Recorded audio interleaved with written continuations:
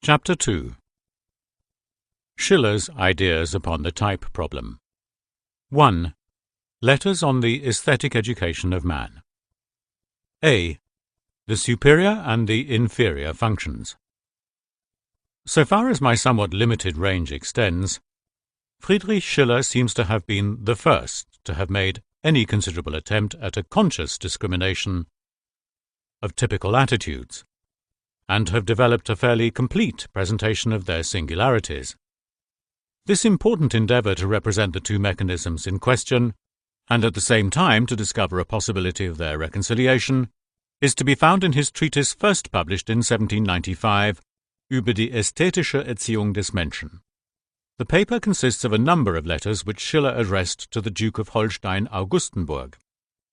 Schiller's essay, by the depth of its thought, the psychological penetration of its material, and its wide vision of the possibility of a psychological solution of the conflict, prompts me to a somewhat extensive presentation and appreciation of his ideas, but never yet has it fallen to their lot to be treated in such a connection.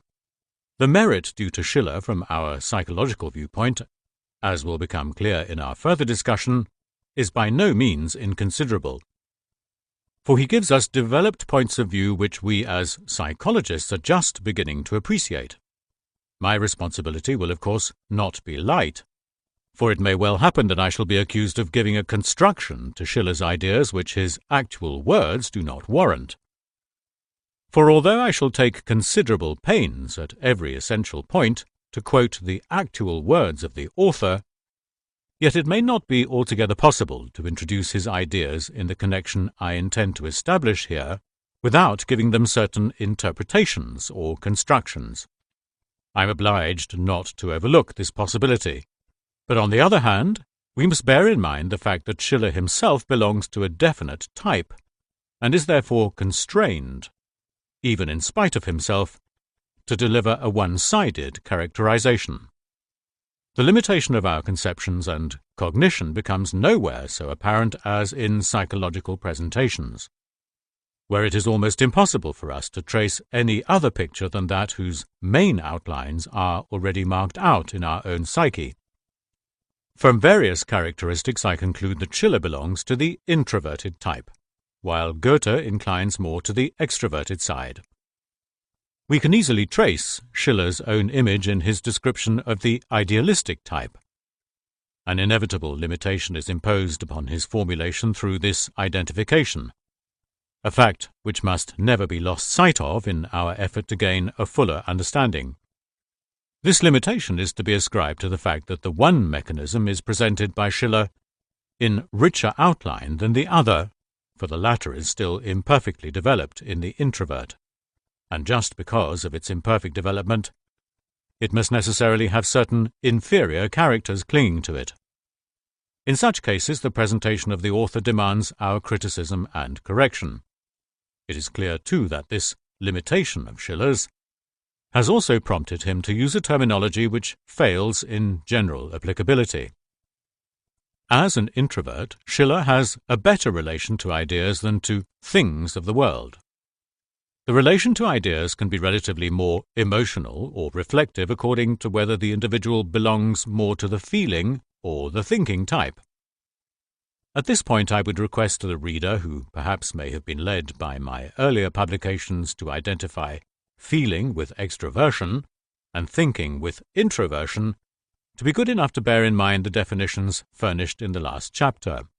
With the introverted and extroverted types I have there distinguished two general classes of men, which can further be subdivided into function types, for example, thinking, feeling, sensational, and intuitive. Hence an introvert can be a thinking or a feeling type, since feeling as well as thinking can come under the supremacy of the idea, just as both in given cases can be ruled by the object.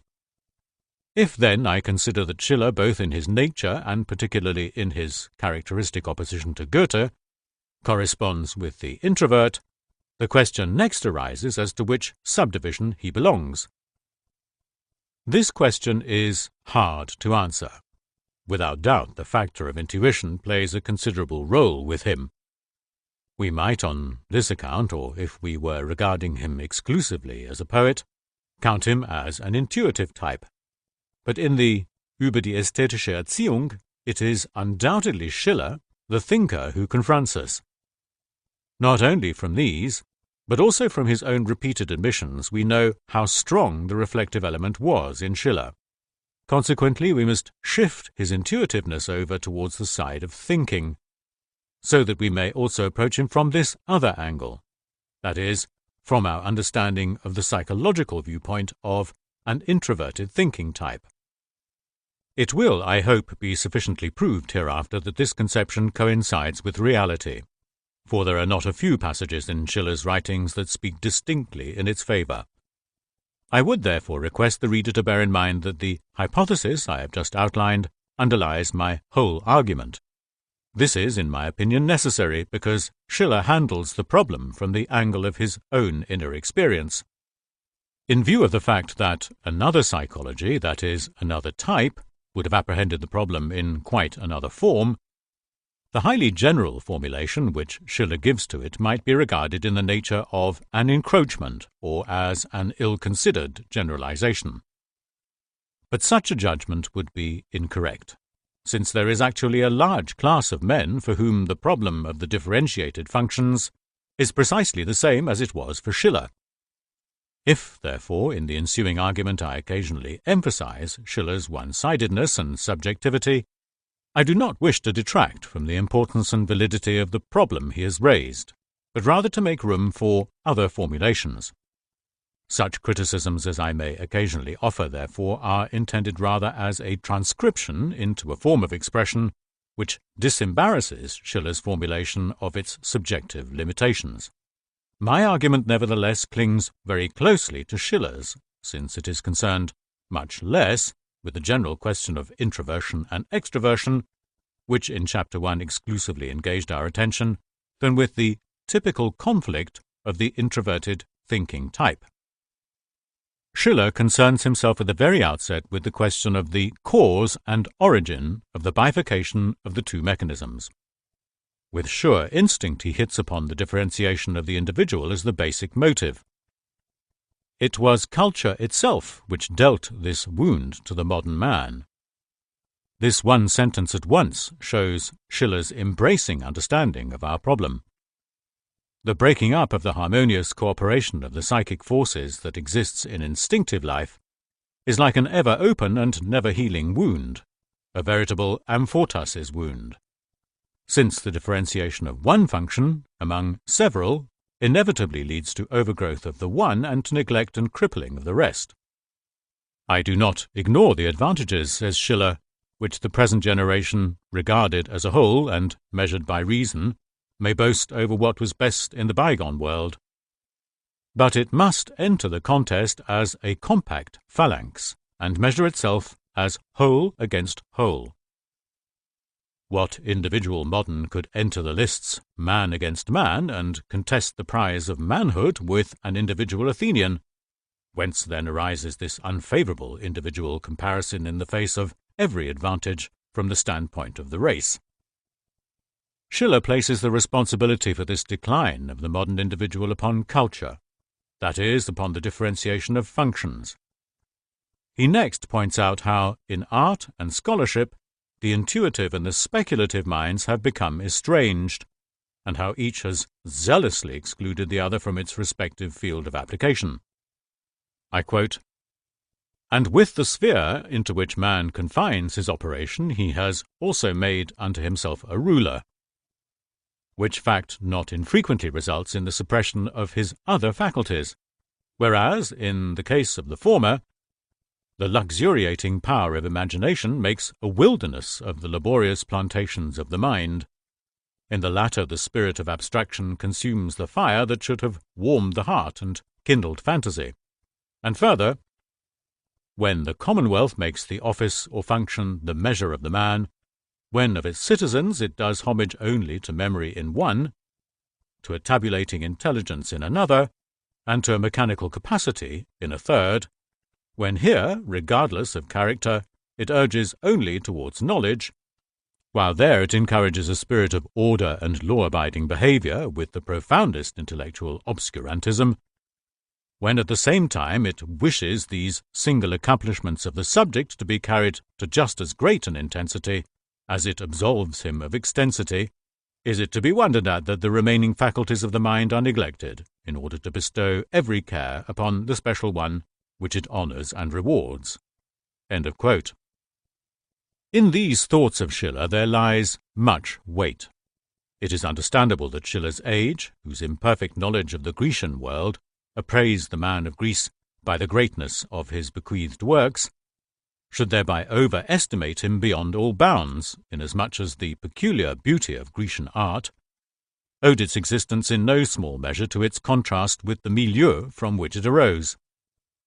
The advantage of the Greek consisted in the fact that he was less differentiated than the modern, if indeed one is disposed to regard that as an advantage. For the disadvantage of such a condition must at least be equally obvious. The differentiation of functions is assuredly no product of human caprice. Its origin, like that of everything in nature, was necessity.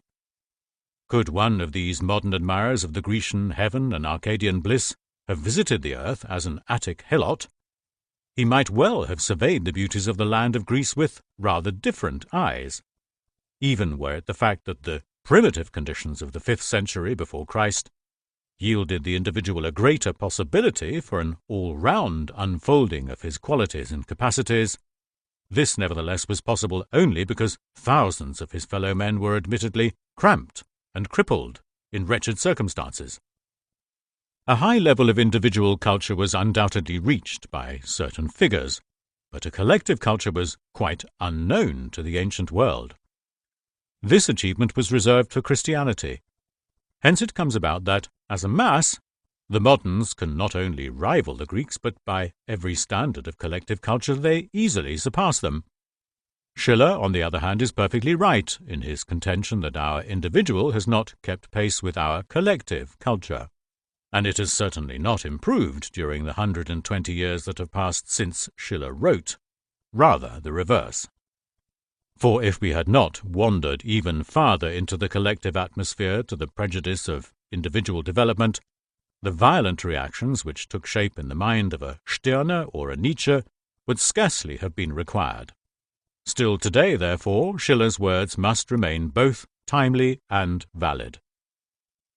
Like the ancients who, with a view to individual development, catered for the claims of an upper class by an almost total suppression of the great majority of the common people, helots and slaves, the subsequent Christian world reached a condition of collective culture through an identical process, albeit translated as far as possible into the individual sphere, or raised to the subjective level as we prefer to express it.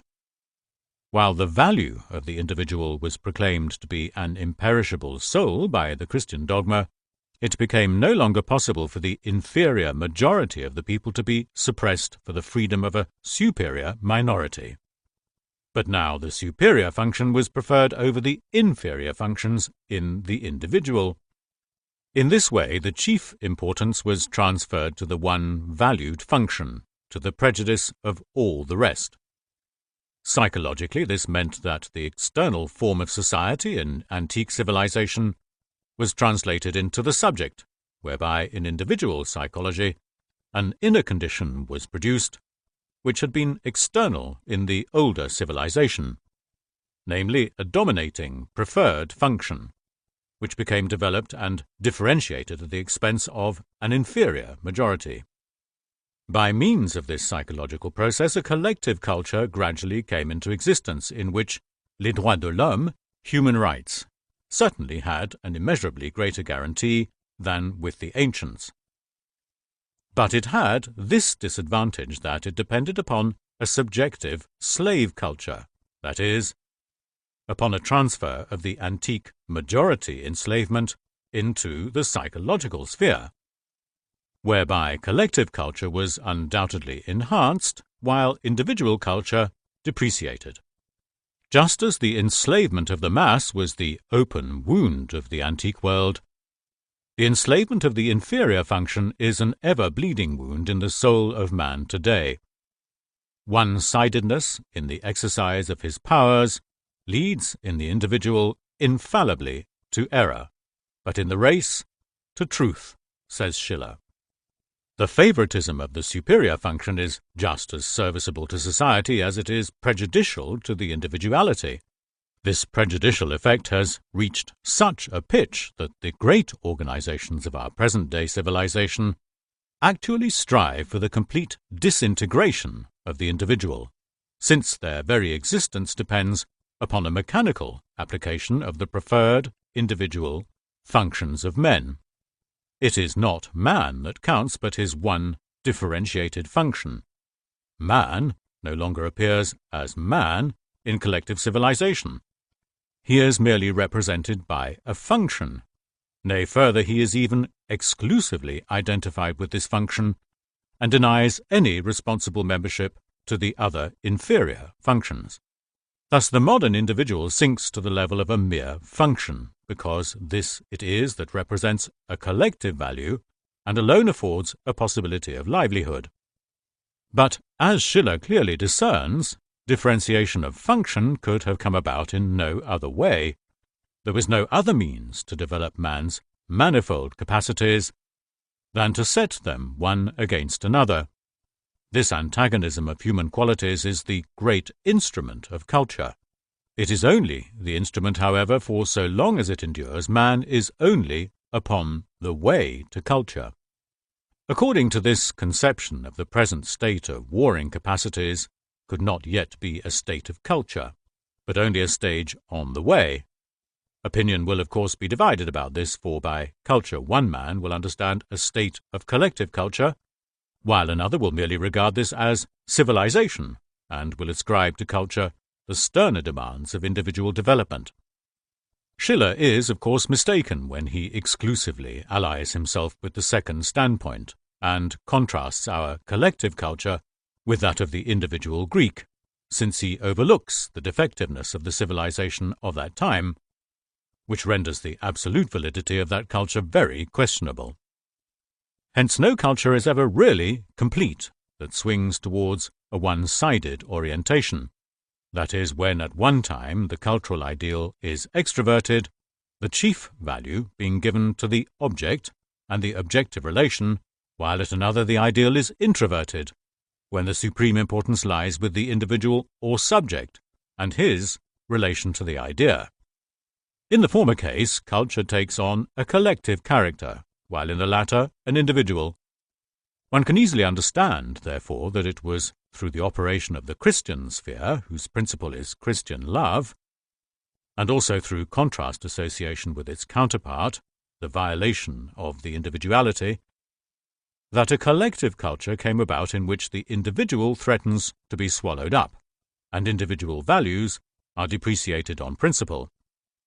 Hence there arose in the time of the German classics that extraordinary yearning for the antique, which was for them a symbol of individual culture, and on that account was for the most part very much overvalued and often grossly idealized. Not a few attempts were even made to imitate or recapture the spirit of Greece, attempts which nowadays appear to us somewhat silly, but which nonetheless must be valued as the forerunners of an individual culture. In the 120 years which have passed since Schiller's time, conditions in respect to individual culture have become not better but worse, since individual interest is today engrossed to a far greater extent in collective preoccupations, and therefore much less leisure is available for the development of individual culture. Hence we possess today a highly developed collective culture which in organization far exceeds anything that ever existed, but which for that very reason has become increasingly injurious to individual culture. There exists a deep gulf between what a man is and what he represents, that is, between the man as an individual and his function capacity as a collective being. His function is developed at the expense of his individuality. Should he excel, he is merely identical with his collective function. But should he not, then, although certainly esteemed as a function in society, he is, as an individuality, wholly on the side of his inferior, undeveloped functions, and therefore simply barbarous, whereas the former has more fortunately deceived himself concerning his actually existing barbarism. This one-sidedness has undoubtedly yielded not inconsiderable advantages to society, which has thereby gained acquisitions that could have been won in no other way. As Schiller finally observes, only by focusing the whole energy of our mind and knitting together our entire nature in one unique faculty, do we, as it were, give wings to this individual gift, and bring it by artifice far beyond the limits which nature seems to have laid down for it. But this one-sided development must inevitably lead to a reaction, since the repressed inferior functions cannot be indefinitely excluded from common life and development. The time will come when the cleavage in the inner man must again be resolved, that the undeveloped may be granted an opportunity to live. I have already alluded to the fact that the differentiation of function in civilized development ultimately effects a dissociation of the basic functions of the psyche, thus in a certain measure transcending the differentiation of capacity, and even encroaching upon the province of the psychological attitude in general, which governs the whole manner and character of the application of capacity. By this means, culture effects a differentiation of that function which already enjoys a better development through heredity. In one man it is the function of thought, in another feeling, which is especially accessible to further development. Thus it happens that the urge of cultural demands engages the individual's special concern with the development of that capacity, which nature has already intended as his most favorable line. But this capacity for development does not mean that the function has an a priori claim to any particular fitness. It merely presupposes, one might almost say, on the contrary, a certain functional delicacy, lability, and plasticity. On this account, the highest individual value is not by any means always to be sought or found in this function. But just in so far as it is developed for a collective end, it may possibly yield the highest collective value. But it may well be the case, as already observed, that far higher individual values lie hidden among the neglected functions, which, although of small importance for the collective life, are of the very greatest value to individual development. These, therefore, represent a living value which can endow the life of the individual with an intensity and beauty that he will vainly seek in his collective function. The differentiated function certainly procures for him the possibility of collective existence, but not that satisfaction and joy of life which the development of individual values alone can give. Their absence is often sensed as something deeply lacking, and the severance from them is like an inner division which, with Schiller, one might compare with a painful wound. Thus, however much may be gained for the world at large by the separate development of human capacities, it cannot be denied that the individuals affected by it suffer under the curse of this general aim. Athletic bodies are certainly built up by means of gymnastic exercises, but beauty is won only through the free and uniform play of the limbs. In the same way, the tension of individual mental powers can produce extraordinary men, but it is only the uniform temperature of the same that can give man happiness and fulfillment. And in what sort of relation should we stand to past and coming ages if the development of human nature compelled us to such a sacrifice? We would become the thralls of mankind. Thousands of years long for humanity's sake we should be doing slave labor, and have imprinted upon our crippled nature the shameful brand of this servitude, only that some later generation might nurse its moral health in blissful leisure, and unfold the ample spread of its humanity. But can it be that man is destined, for any aim whatsoever, to neglect himself? Can nature with her aims rob us of that perfection which the aims of reason prescribe for us? It must, therefore, be false that the development of individual capacities necessitates the sacrifice of their totality, or even, if the law of nature still pressed towards such a goal, we must never relinquish that totality in our nature which cunning art has demolished, but which a still higher art may re-establish." End of quote. It is evident that Schiller in his personal life had a profound sense of this conflict, and that it was just this antagonism in himself which begat a longing to seek that coherence and uniformity which should bring deliverance to the wasting and enslaved functions and a restoration of harmonious life. There is also the impelling motive in Wagner's Parsifal, where it receives symbolical expression in the restitution of the missing spear and the healing of the wound. What Wagner attempted to say in artistic, symbolical expression, Schiller laboured to formulate in philosophical thought. Although it is nowhere frankly stated, the implication is clear enough that his problem revolves around the possibility of resuming the classical manner and conception of life, from which one is obliged to conclude that he either overlooks the Christian solution of his problem or deliberately ignores it. In any case, his mind is focused more upon classic beauty than upon the Christian doctrine of redemption, which nevertheless has no other aim but the solution of that self-same problem in which Schiller himself travailed, that is to say, the deliverance from evil. "The heart of man is filled with raging battle," says Julian the Apostate in his discourse upon King Helios, and these words significantly mark his insight not only into his own problem but into that of his whole time, namely that in a laceration of the later classical epoch which found its outward expression in an unexampled chaotic confusion of hearts and minds, and from which the Christian doctrine promised deliverance. What Christianity gave was, of course, not a solution but a redemption, a detachment of one valuable function from all the other functions which, at that time, made an equally peremptory claim for a share in government.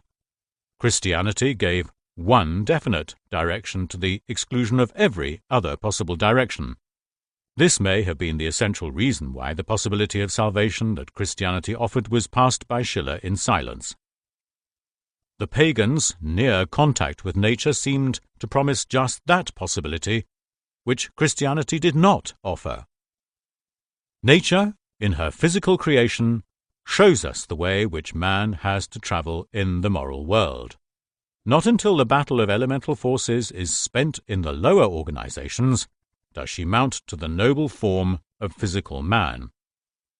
In the same way, this elemental strife in the ethical man, this conflict of blind instincts, must first be assuaged. Man must end the crude antagonism in himself before he can venture to unfold his own diversity. Upon the other hand, the independence of his character must be assured, and submissiveness to strange despotic forms have given place to a decent freedom before man may subject the diversity in himself to the unity of the ideal. End of quote. Thus it is not to be a detachment or redemption of the inferior function, but an acknowledgement of it, a coming to terms with it, as it were, which reconciles the opposites upon the natural way. But Schiller feels that the acceptance of the inferior function might lead to a conflict of blind instincts, just as, only vice versa, the unity of the ideal might re-establish that priority of the superior over the inferior function, and thereby once again precipitate the original state of affairs. The inferior functions are opposed to the superior, not so much in their essential nature, but as a result of their actual momentary form. They were originally neglected and repressed because they hindered civilized man in the attainment of his aims. But these correspond with one-sided interests and are by no means synonymous with the consummation of human individuality. If this were the aim, these unacknowledged functions would be indispensable, and, as a matter of fact, their nature does not contradict such an end. But so long as the goal of culture does not coincide with the ideal of individuality, these functions are also subjected to a depreciation, which means a decline into relative repression.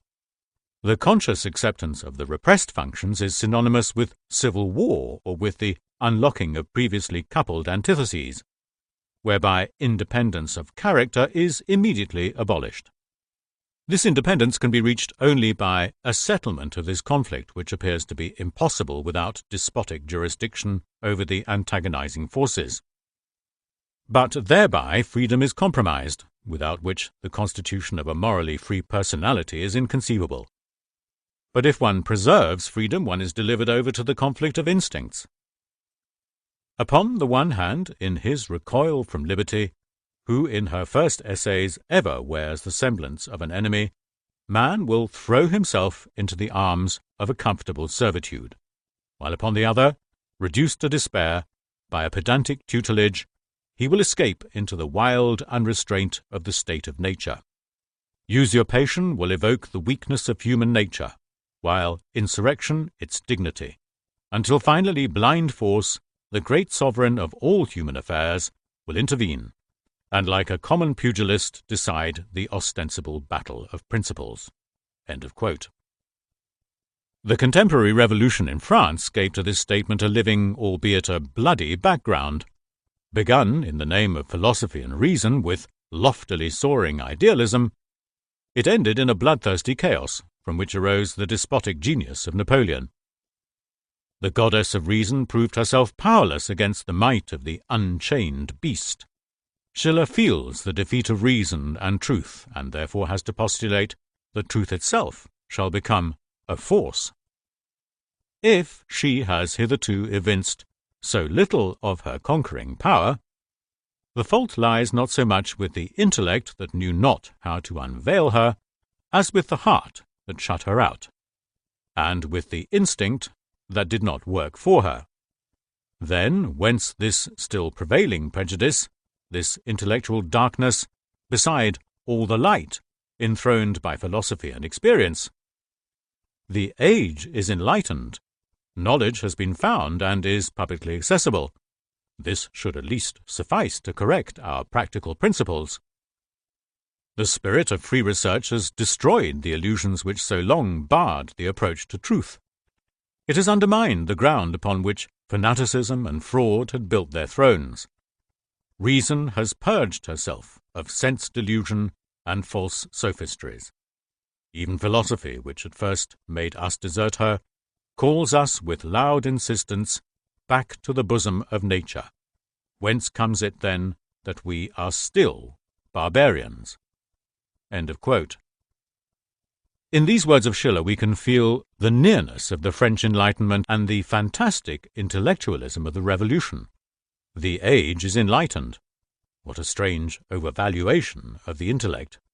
The spirit of free research has destroyed the illusions. What rationalism! One is vividly reminded of the words of the Proctophantasmists.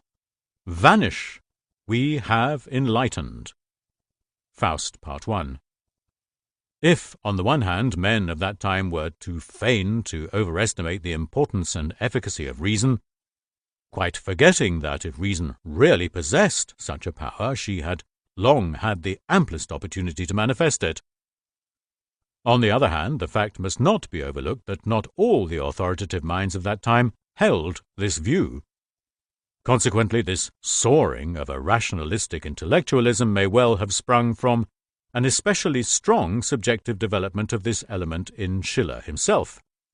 In him we have to reckon with the predominance of the intellect, not at the expense of his poetic intuition, but at the cost of feeling. To Schiller himself it seemed as though there were a perpetual conflict between imagination and abstraction, that is, between intuition and intellect. Thus he writes to Goethe, on the 31st of August, 1794, "This it is which gave me, especially in early years, a certain awkwardness both in speculation and in the realm of poetry. As a rule, the poet would overtake me when I would be the philosopher, and the philosophic spirit hold me when I would be the poet.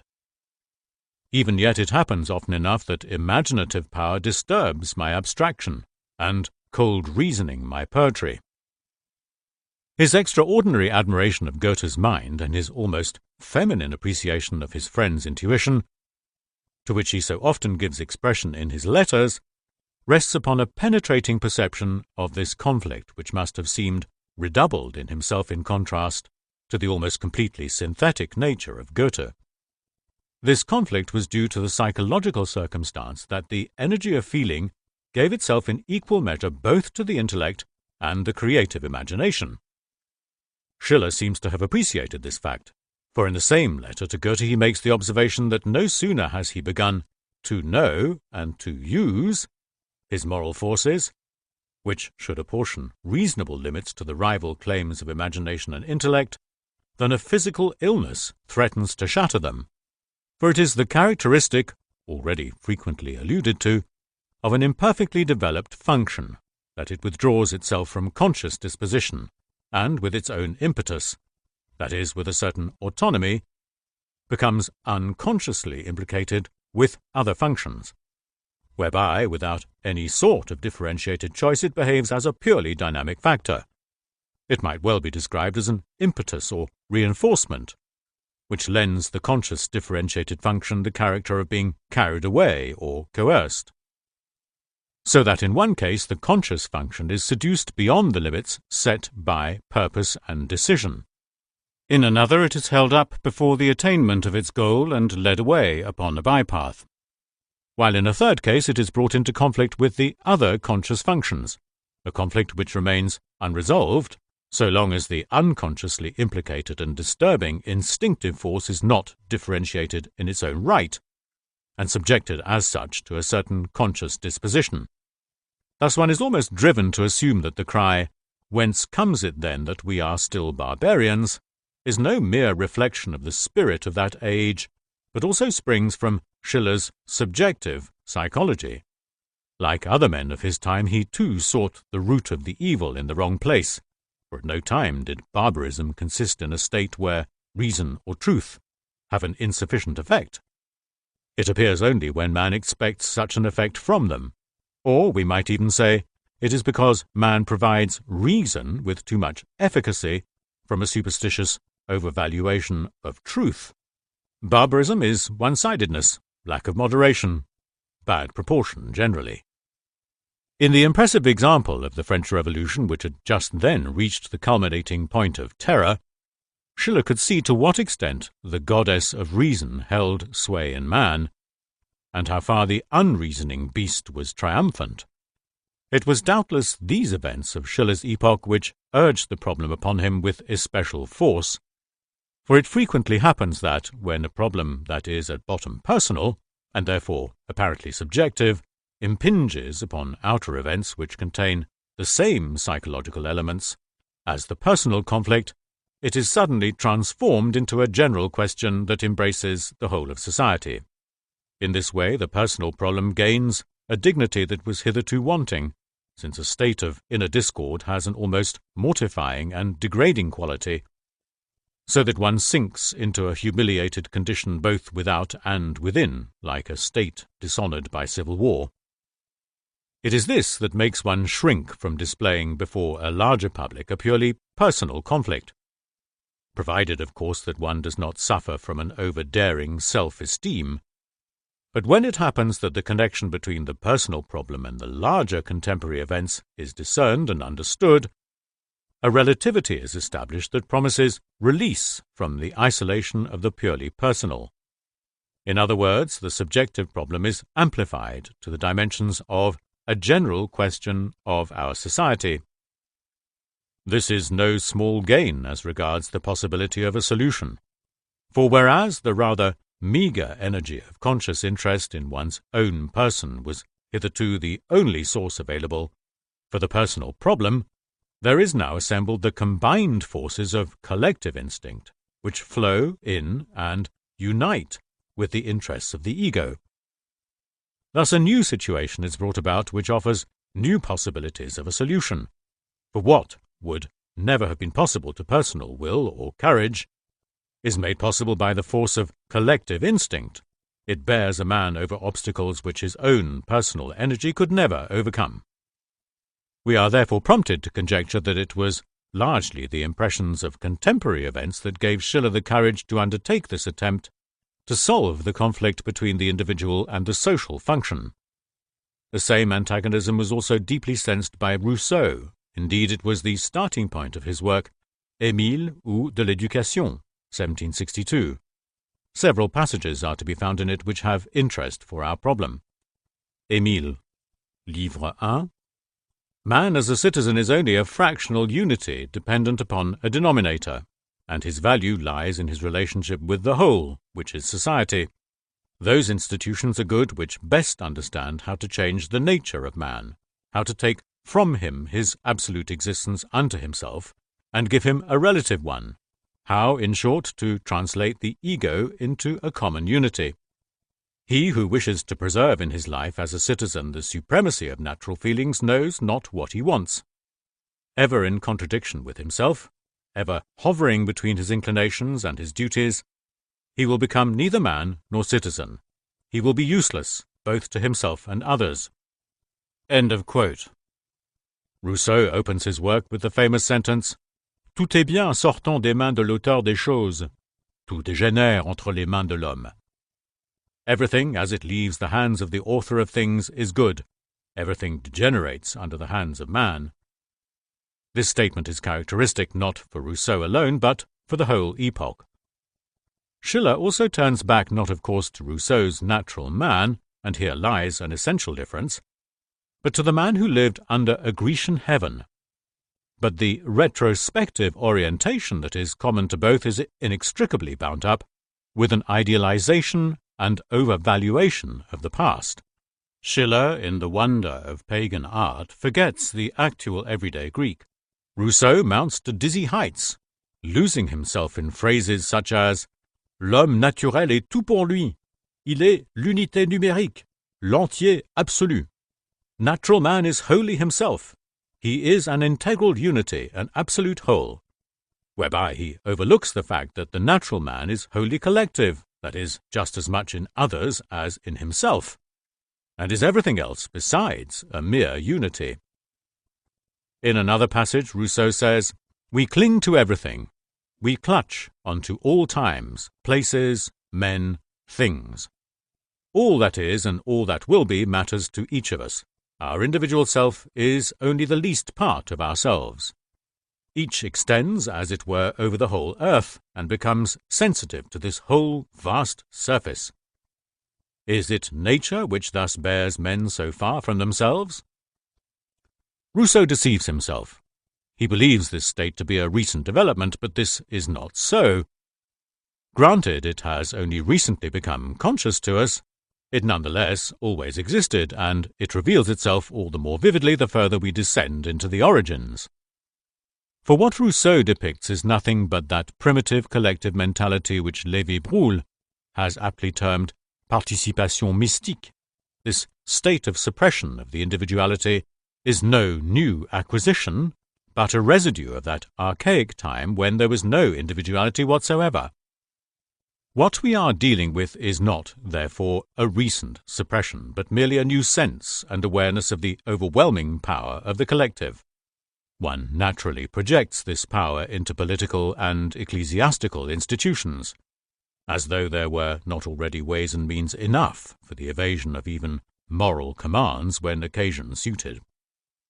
In no way have these institutions that presumed omnipotence, for which they are from time to time assailed by innovators of every sort. The suppressing power lies unconsciously in ourselves, namely in our own barbarian element with its primitive collective mentality. To the collective psyche, every individual development is obnoxious which does not directly serve the ends of collectivity. Hence the differentiation of the one function mentioned above. Although certainly a development of an individual value is still so largely conditioned by the viewpoint of collectivity that the individual himself, as we have already seen, actually suffers from this development. Both authors have to thank their imperfect acquaintance with earlier conditions of human psychology for their lapse into false judgments upon the values of the past. The result of this false judgment is a belief in the illusory picture of an earlier, more perfect type of man, who somehow fell from his high estate. Backward orientation is in itself a relic of pagan thinking, for it is a well-known characteristic of the whole classic and barbaric mentality that it imagined a paradisiacal age as a golden forerunner of the present evil time.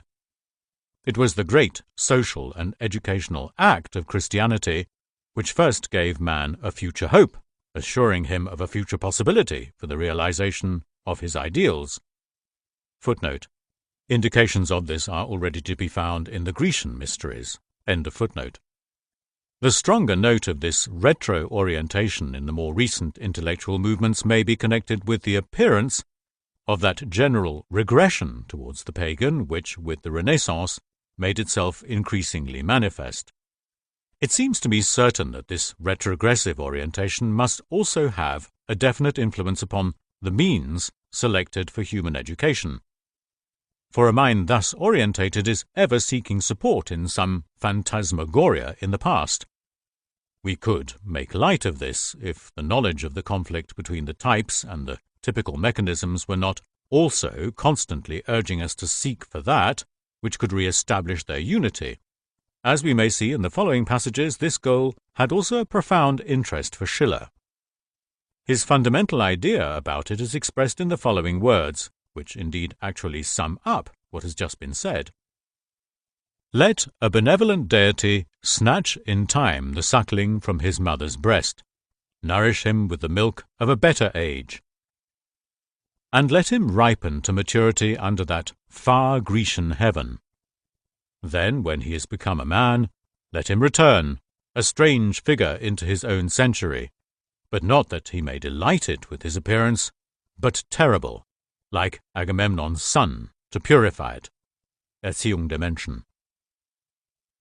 The leaning towards the Grecian model could scarcely be more clearly expressed. But in this narrow formulation one can also glimpse a limitation, which in the following paragraph urges him to a very essential amplification, for he continues, his material will he indeed take from the present, but his form he will borrow from an older age. Yea, from beyond all ages, from the absolute, unchangeable unity of his being. Schiller clearly felt that he must go back still further into some primeval, heroic age where men were still half divine. He therefore continues, here from the pure ether of his demonic nature wells forth the source of beauty, untainted by the depravity of the generations and epochs which whirl in troubled eddies far below. Here is ushered in the lovely phantom of a golden age when men were still gods and were constantly refreshed with the vision of eternal beauty. But here too the poet has overtaken the thinker in Schiller. A few pages further on, the thinker again gets the upper hand. The fact, says Schiller, must cause one to reflect that in almost every epoch of history, when the arts blossomed and taste ruled, one finds that humanity declined. Furthermore, not one single example can be shown of a people where a high level and a wide universality of aesthetic culture went hand in hand with political freedom and civic virtue, or where beautiful manners went with good morals or polished behavior with truth.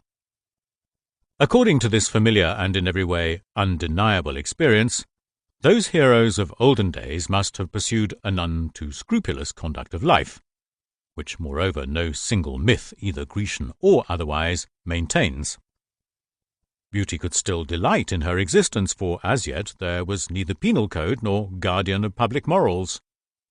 With the recognition of the psychological fact that living beauty unfolds her golden splendor only when soaring above a reality of gloom, torment, and squalor, Schiller's particular aim is undermined, for he had undertaken to prove that what was separated would be reconciled by the vision, enjoyment, and creation of the beautiful.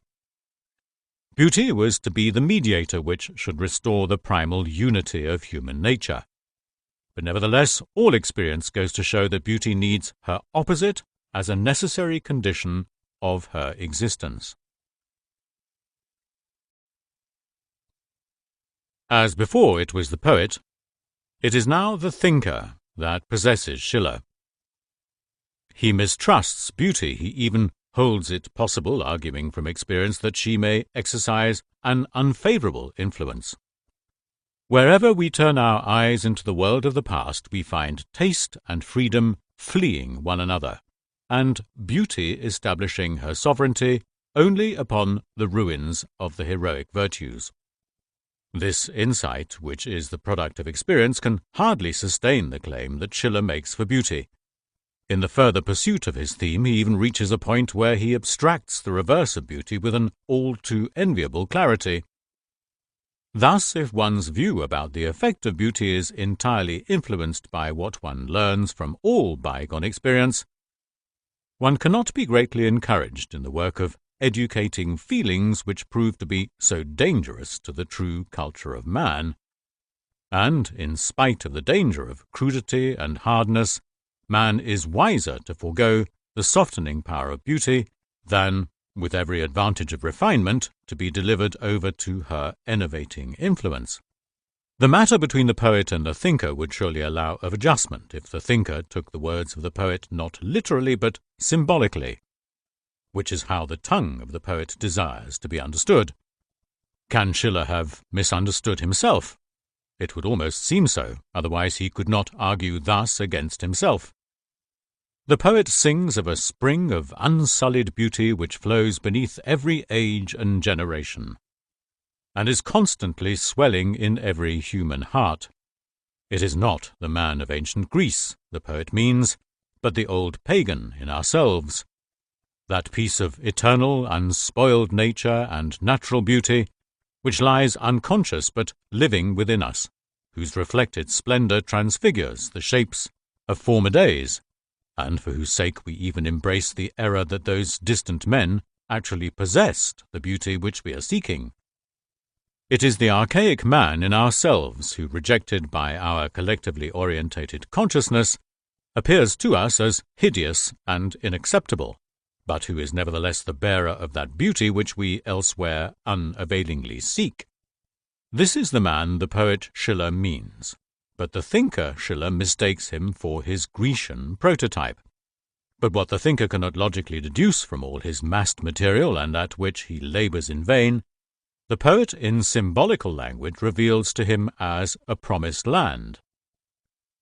It is now sufficiently clear from all that has been said that every attempt at an adjustment of the one-sided differentiation of the human being of our times has to reckon with the serious acceptance of the inferior, because undifferentiated, functions. No attempt at mediation will succeed which does not understand how to release the energies of the inferior functions and to lead them over into differentiation. This process can take place only in accordance with the laws of energetics, that is, a potential must be created which offers the latent energies a possibility of coming into play. It would be a hopeless task, which nevertheless has been often undertaken and as often foundered, to transform an inferior function directly into a superior one. It would be as easy to make a perpetuum mobile.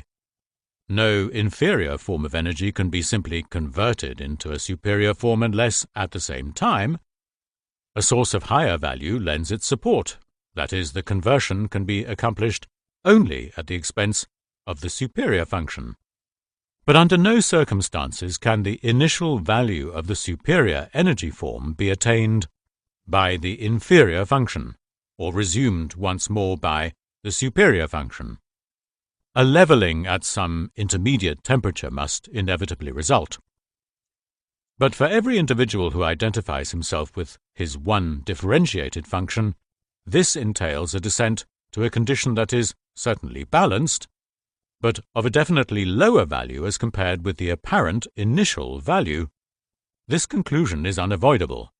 Every education of man which aspires after the unity and harmony of his nature has to deal with this fact. After his own manner, Schiller also draws this conclusion, but he struggles against accepting his results, even to the point where he has to renounce beauty. But when the thinker has uttered his ruthless judgment, the poet speaks again. But it may be that experience is no tribunal before which a question like this shall be decided, and before we give weight to its testimony, let all doubt be set at rest that the beauty we speak of, and that against which these examples testify, is one and the same. One sees that Schiller here attempts to take his stand above experience. In other words, he bestows upon beauty a quality which experience does not grant her. He believes that beauty must be proven a necessary condition of mankind, that is, a necessary, compelling category. He even speaks of a purely intellectual concept of beauty and a transcendental way, which shall take us out of the round of appearances and away from the living presence of things. Who durst not go beyond reality will never vanquish truth. A subjective resistance to the experimental, inevitable downward way prompts Schiller to suborn the logical intellect in the service of feeling, thus forcing it to construct a formula which would ultimately make possible the attainment of the original aim, notwithstanding the fact that its impossibility is already sufficiently exposed. A similar violence is committed by Rousseau in his assumption that, whereas dependence upon nature does not involve depravity, it does if one is dependent upon man, from which he arrives at the following conclusion. If the laws of nations, like those of nature, could have an inflexibility that no human force could ever vanquish, the dependence of men would become once more like that of things. One could combine in the Republic all the advantages of the natural state with those of citizenship. One could add to the liberty which exempts man from vice the morality which raises him to virtue. Arising out of these reflections, he gives the following advice. Keep the child dependent solely upon things. You will have followed the order of nature in the progress of his education. Do not force a child to stay when it wants to go, or to go when it wants to stay quiet. When the will of our children is not spoiled by our own fault, they desire nothing that is useless. But the misfortune lies in this, that never under any circumstances do les lois des nations, the laws of nations, possess that admirable accord with the laws of nature which could enable the civilized to be at the same time a natural state. If such a settlement could be regarded as at all possible, it could be conceived only as a compromise wherein neither of the two conditions would attain its own ideal, but both would remain far below it. Whoever wishes to attain the ideal of either state will have to rest with the statement that Rousseau himself formulated. Il faut opter entre faire un homme ou un citoyen, car on ne peut faire à la fois l'un et l'autre. One must choose whether to make a man or a citizen, for at the same time one cannot make both. Both these necessities exist in ourselves, nature and culture. We can not only be ourselves, we must also be related to others. Hence a way must be found that is not a mere rational compromise. It must also be a state or process that wholly corresponds with the living being. It must be a semita et via sancta, as the prophet says, a via directa, ita ut stulti non erent per eam, a highway and the way of holiness, a straight way so that fools shall not err therein. Isaiah chapter 35, verse 8. I'm therefore disposed to give the poet in Schiller his just due, although in this case he has encroached somewhat outrageously upon the province of the thinker. Since rational truths are not the last word, there are also irrational truths. In human affairs, what appears impossible upon the way of the intellect has very often become true upon the way of the irrational. Indeed, all the greatest changes that have ever affected mankind have come not by the way of intellectual calculation, but by ways which contemporary minds either ignored or rejected as absurd, and which only long afterwards became fully recognized through their intrinsic necessity.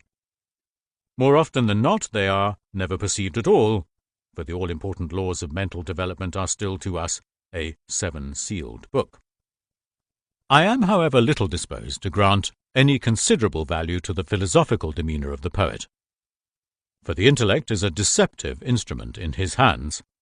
What the intellect can achieve, it has in this case already done, for it disclosed the contradiction between desire and experience. To persist, then, in demanding a solution of this contradiction from philosophical thinking would be quite useless. And even if a solution could finally be thought out, the real obstacle would still confront us, for the solution does not lie in the possibility of thinking it or in the discovery of a rational truth, but in the revealing of a way which real life can accept. Propositions and wise precepts have indeed never been wanting. If it were only a question of these, even in the remote days of Pythagoras, man had the finest opportunity of reaching the heights from every direction. Therefore, what Schiller proposes must not be taken in a literal sense, but rather as a symbol, which, in harmony with Schiller's philosophical temperament, assumes the character of a philosophical concept. Similarly, the transcendental way which Schiller sets out to tread must not be understood as a cognitional raisonnement, but symbolically as that way which a man always follows when he encounters an obstacle immediately inaccessible to his reason, in a word, an insoluble task. But before he is able to discover and follow this way, he must first abide a long time with the opposites into which his former way divided. The obstacle dams up the river of his life. Whenever such a damming up of libido occurs, the opposites, formerly united in the steady flow of life, fall apart and henceforth oppose one another like antagonists eager for battle. In a prolonged conflict, the upshot and duration of which cannot be foretold, the opposites become exhausted, and from the energy which goes out of them is that third element created which is the beginning of the new way. In accordance with this law, Schiller now devotes himself to a profound research of the actual opposites at work. Whatever the nature of the obstacle we may strike, provided only it be difficult, the cleavage between our own purpose and the contending object at once becomes a conflict in ourselves. For inasmuch as I am striving to subordinate the contending object to my will, my whole being is gradually placed into relationship with it, corresponding in fact with the strong libido application, which, as it were, transvades a part of my being into the object. The result of this is a partial identification between certain portions of my personality and similar qualities in the nature of the object. As soon as this identification has taken place, the conflict is transferred into my own psyche. The introjection into myself of the conflict with the object creates an inner discord, which gives rise to a certain impotence vis-à-vis the object, and also releases affects, which are always symptomatic of inner disharmony. But the affects prove that I am perceiving myself, and am therefore in a situation, if I am not blind, to apply my observation upon myself, and to follow up the play of opposites in my own psyche. This is the way that Schiller takes. The division that he finds is not between the state and the individual, but in the beginning of the 11th letter. He conceives it as the duality of person and condition, namely as the self or ego and its changing affectedness. Footnote. Affectedness is used to denote the state of being affected. End of footnote. Whereas the ego has a relative constancy, its relatedness or affectedness is variable. Schiller thus intends to seize the discord at the root. Actually, the one side is also the conscious ego function, while the other is the collective relationship. Both determinants belong to human psychology, but the various types will respectively see these basic facts in quite a different light. For the introvert, the idea of the self is doubtless the abiding and dominant note of consciousness, and its antithesis for him is relatedness or affectedness. For the extrovert, on the contrary, much more stress is laid upon the continuity of the relation with the object, and less upon the idea of the self.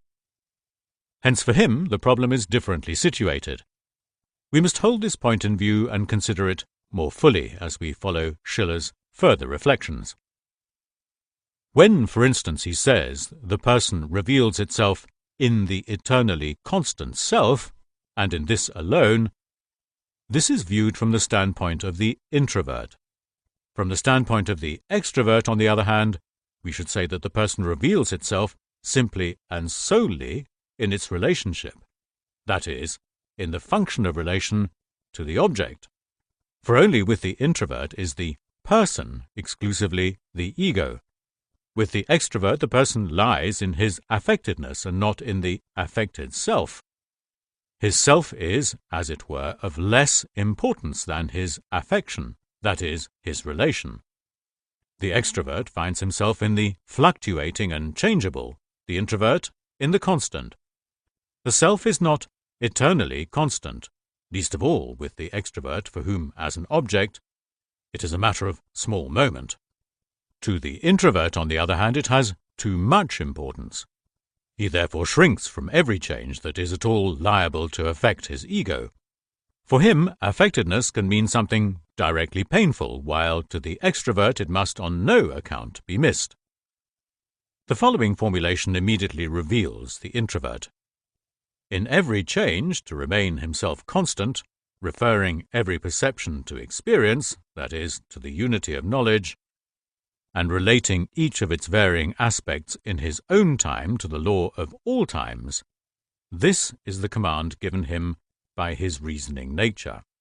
The abstracting, self-contained attitude is evident. It is even made a supreme rule of conduct. Every occurrence must at once be raised to the level of experience, and from the sum of experience, a law for the future must also immediately emerge. Whereas the other attitude, in which no experience shall be made from the occurrence, lest laws might transpire which would hamper the future, is equally human. It is altogether in keeping with this attitude that Schiller cannot think of God as becoming, but only as eternally being. Hence, with unerring intuition, he also recognizes the God-likeness of the introverted attitude towards the idea. Man, presented in his perfection, would be the constant unit, remaining eternally the same amid the floods of change. Man carries the divine disposition incontestably within his personality. This view of the nature of God agrees ill with his Christian incarnation and with those similar Neoplatonic views of the mother of the gods and of her son, who descends into creation as demiurgos. Footnote. Compare the discourse of Julian upon the mother of the gods. End of footnote. But it is clear from this view to which function Schiller attributes the highest value: the divinity, the constancy of the idea of the self. The self that is abstracted from affectedness is for him the most important thing, and hence, as is the case with every introvert, this is the idea which he has chiefly developed. His God, his highest value, is the abstraction and conservation of the self. To the extrovert, on the contrary, God is the experience of the object, the fullest expansion into reality. Hence, a God who became human is to him more sympathetic than an eternal, immutable lawgiver. Here I must observe, in anticipation, that these points of view should be regarded only as valid for the conscious psychology of the types. In the unconscious, the relations are reversed. Schiller seems to have had an inkling of this, although indeed his consciousness believes in an unchangingly existing God. Yet the way to godhood is revealed to him by the senses, hence in affectedness, in the changing and living process. But this is for him the function of secondary importance. And to the extent that he identifies himself with his ego and abstracts it from the changing process, his conscious attitude also becomes quite abstracted, whereby the function of affectedness or relatedness to the object perforce relapses into the unconscious. From this state of affairs, noteworthy consequences ensue. 1. From the conscious attitude of abstraction, which in pursuit of its ideal makes an experience from every occurrence, and from the sum of experience a law, a certain constriction and poverty results, which is indeed characteristic of the introvert. Schiller clearly feels this in his relationship with Goethe, for he sensed Goethe's more extroverted nature as something objectively opposed to himself. Significantly, Goethe says of himself, As a contemplative man, I am an arrant realist. I find that among all the things which confront me, I am in the position of desiring nothing from them or added to them, and I make no sort of discrimination among objects beyond their interest for myself. Concerning Schiller's effect upon him, Goethe very characteristically says, "If I have served you as the representative of many objects, you have led me from a too intense observation of outer things and their relationships back into myself. You have taught me to view the many-sidedness of the inner man with finer equity," etc. Whereas in Goethe, Schiller finds an oft-times accentuated complement or fulfillment of his own nature, at the same time sensing his difference, which he indicates in the following way. "Expect of me no great material wealth of ideas, for that is what I find in you. My need and endeavour is to make much out of little, and if ever you should realize my poverty in all that men call acquired knowledge, you will perhaps find that in many ways my aspiration has succeeded. Because my circle of ideas is smaller, I traverse it more quickly and oftener. I may therefore even make a better use of what small ready cash I own, creating a diversity through form which the contents lack. You strive to simplify your great world of ideas, while I seek variety for my small possessions. You have a kingdom to rule, and I only a somewhat numerous family of ideas which I would fain expand to a small universe." Letter to Goethe, August 31st, 1794. If we subtract from this utterance a certain feeling of inferiority, characteristic of the introvert, and add to it the fact that the extrovert's great world of ideas is not so much under his rule as he himself is subject to it, then Schiller's presentation gives a striking picture of the poverty which tends to develop as a result of an essentially abstract attitude. 2. A further result of the abstracting conscious attitude, and one whose significance will become more apparent in the further course of our investigation, is that the unconscious develops a compensating attitude. For the more the relation to the object is restricted by the abstraction of consciousness, because too many experiences and laws are made, all the more insistently does a craving for the object develop in the unconscious. This finally declares itself in consciousness as a compulsive, sensuous hold upon the object, whereupon the sensuous tie takes the place of a feeling relation to the object, which is lacking, or rather suppressed, through abstraction. Characteristically, therefore, Schiller regards the senses, and not the feelings, as the way to godhood. His ego lies with thinking, but his affectedness, his feelings, with sensation. Thus with him the schism is between spirituality as thinking and sensuousness as affectedness or feeling. With the extrovert, however, matters are reversed. His relation to the object is developed, but his world of ideas is sensational and concrete. Sensuous feeling, or to put it better, the feeling that exists in a state of sensation, is collective. That is, it begets a state of relation or affectedness, which at the same time always translates the individual into the condition of participation mystique, hence into a state of partial identity with the sensed object. This identity declares itself in a compulsory dependence upon the sensed object, and it is this which again prompts the introvert, after the manner of the Circulus Vitiosus, to an intensification of that abstraction which shall abolish both the burdensome relation and the compulsion it evokes. Schiller recognized this peculiarity of the sensuous feeling. So long as he merely senses, craves, and works from desire, man is still nothing more than world. But since, in order to escape affectedness, the introvert cannot abstract indefinitely, he ultimately sees himself forced to shape the external world. That he may not be merely world, he must impart form to matter, says Schiller.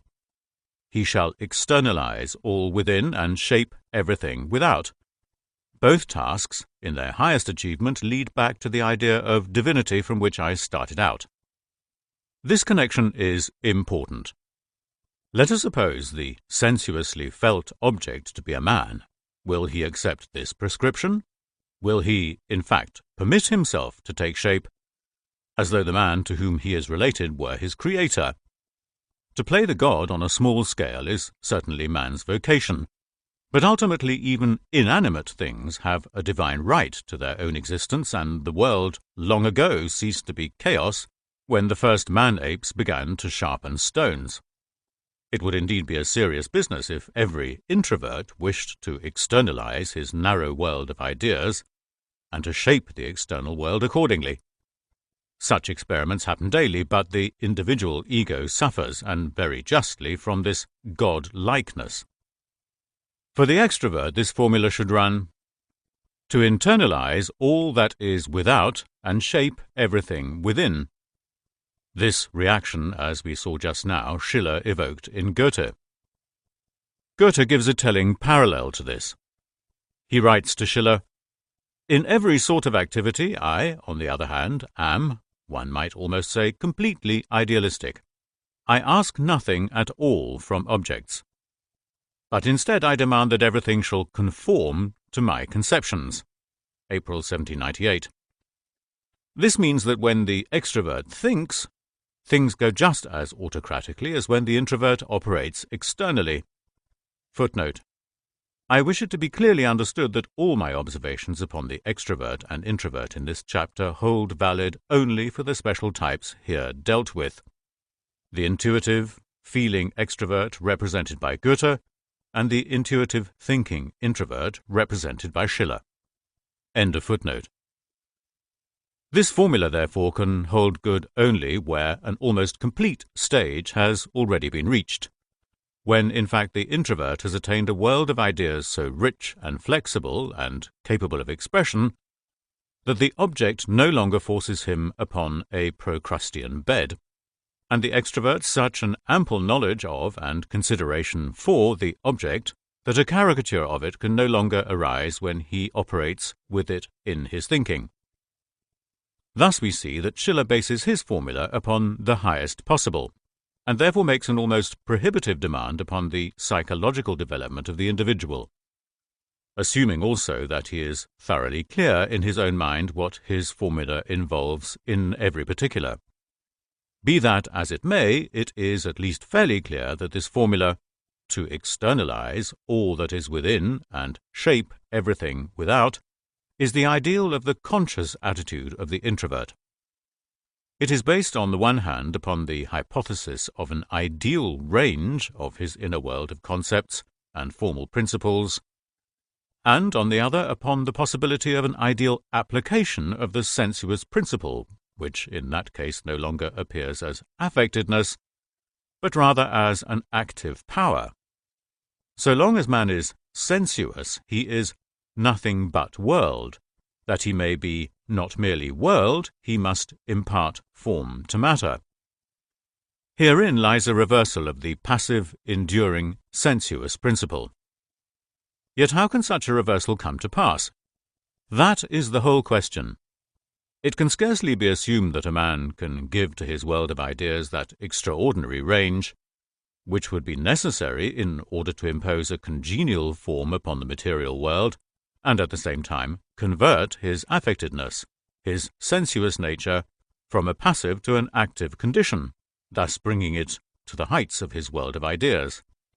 Somewhere or other man must be related, subjected, as it were, else would he be really godlike.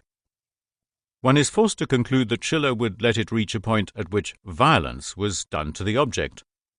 But in so doing he would concede to the archaic inferior function an unlimited right to existence, which, as we know, Nietzsche has actually done, at least theoretically. This assumption, however, is by no means conclusive with regard to Schiller, since, so far as I am aware, he has nowhere consciously expressed himself to this effect.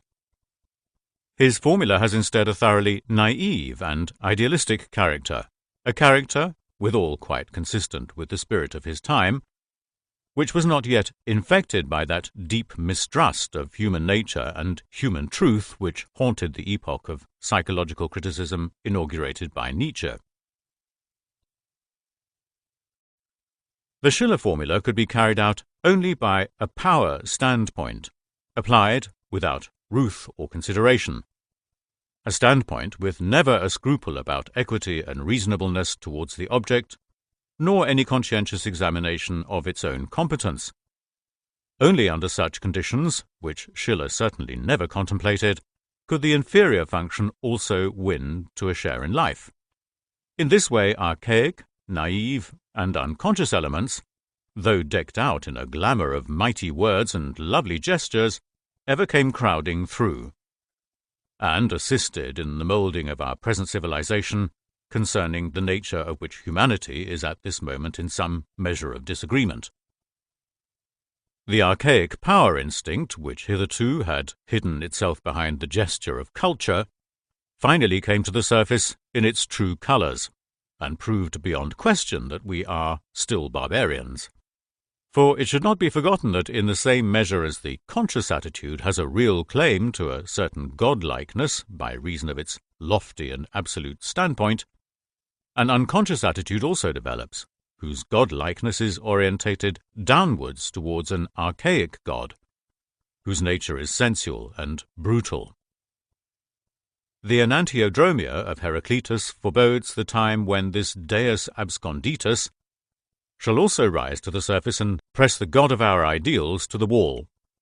It is as though men at the close of the 18th century had not really seen what that was which was taking place in Paris, but persisted in a certain aesthetical, enthusiastic, or trifling attitude, that they might perchance delude themselves concerning the real meaning of that glimpse into the abysses of human nature.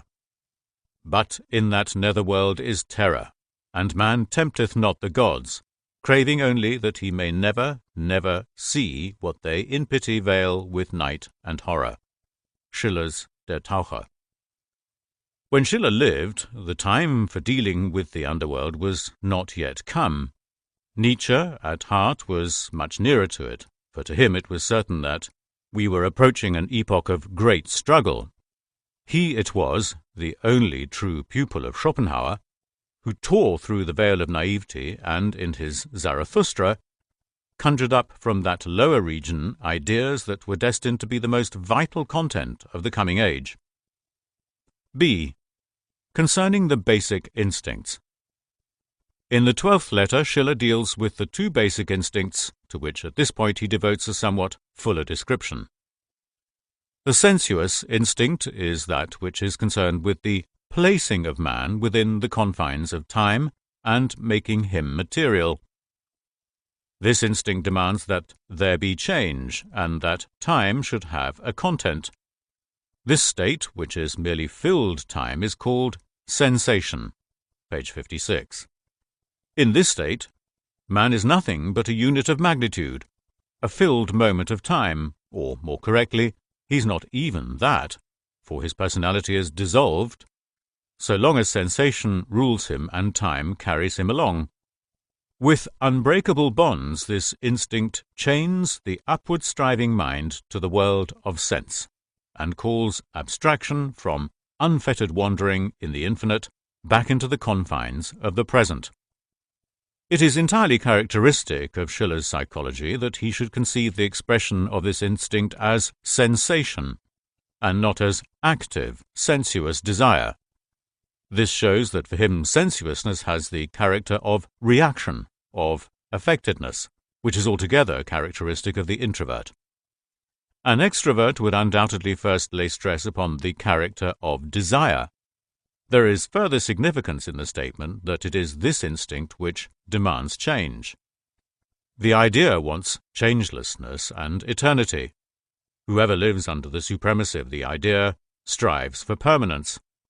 Hence everything that pushes towards change must be against it. In Schiller's case, it is feeling and sensation that oppose the idea, since by natural law they are fused together as a result of their undeveloped state. Schiller did not even sufficiently discriminate in thought between feeling and sensation, as the following passage demonstrates. Feeling can only say, "This is true for this subject at this moment," but another moment or another subject may come and revoke the statement of this present sensation. This passage clearly shows that with Schiller, sensation and feeling are actually interchangeable terms, and its content reveals an inadequate valuation and differentiation of feeling as opposed to sensation. Differentiated feeling can also establish universal validity.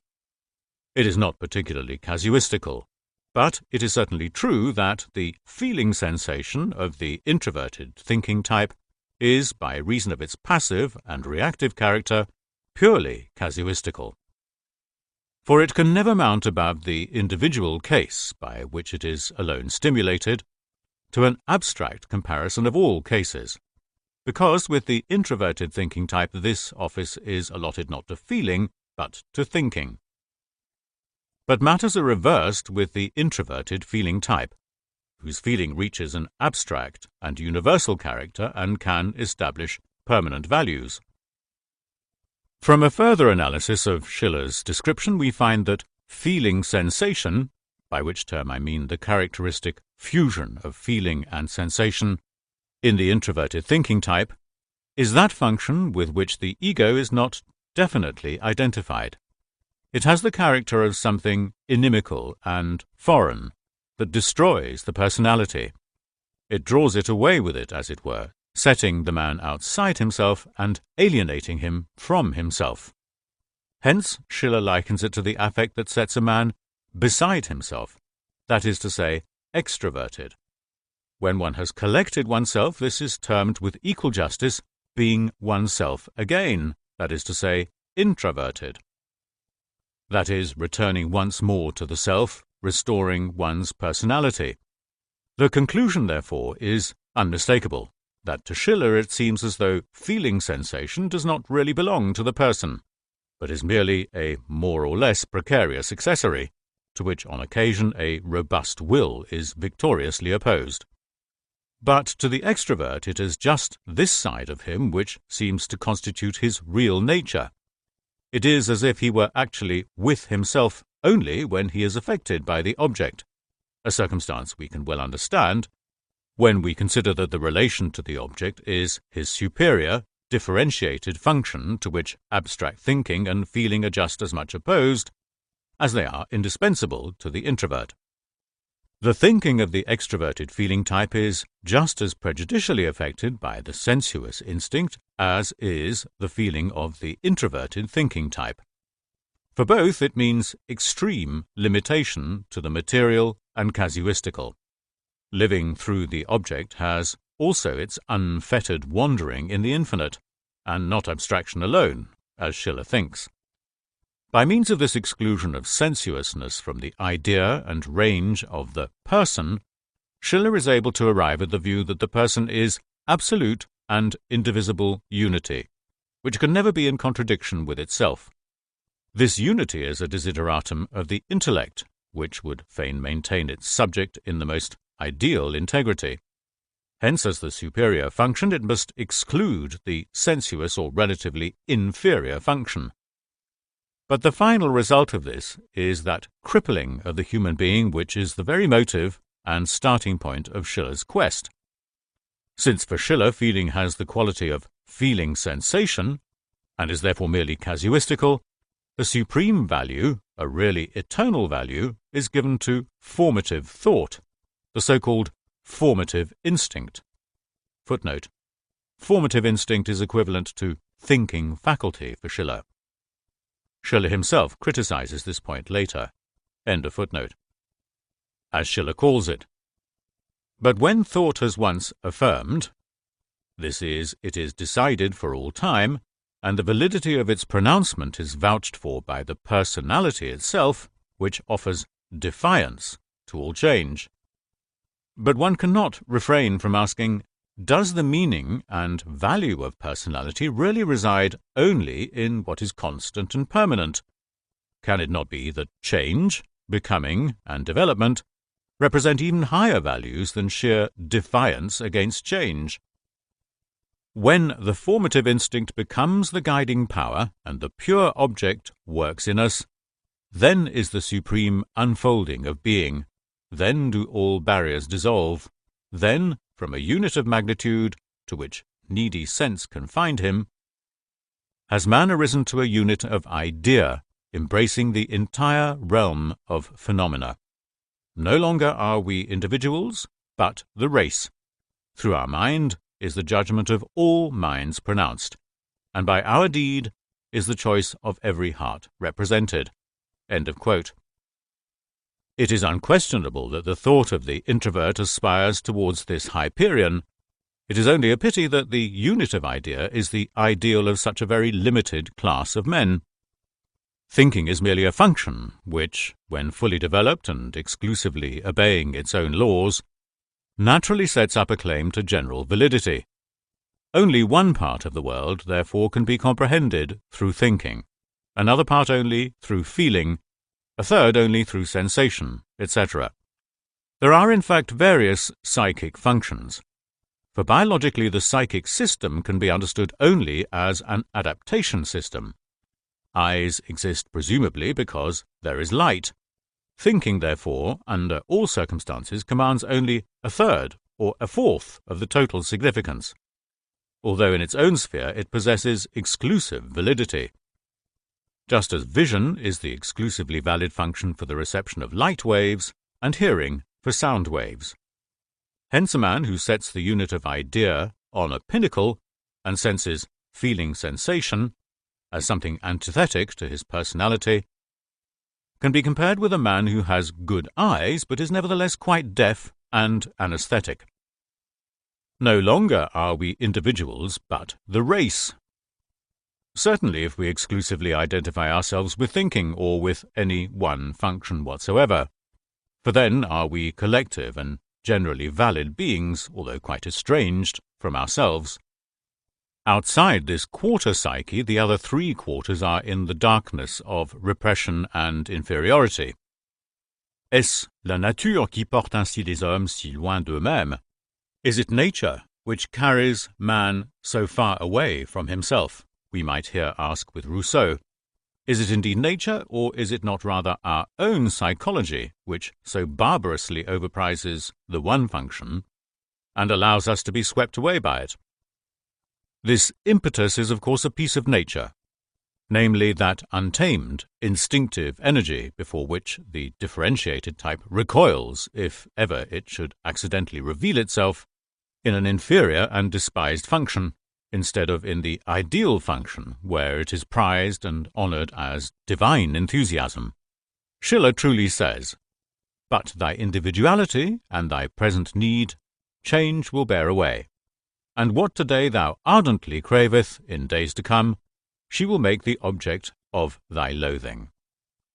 Whether the untamed, extravagant, and disproportionate energy shows itself in sensuality, in abjectissimo loco, or in the lowest, most sordid place, or in an overestimation and deification of the most highly developed function, it is at bottom the same, that is to say, barbarism.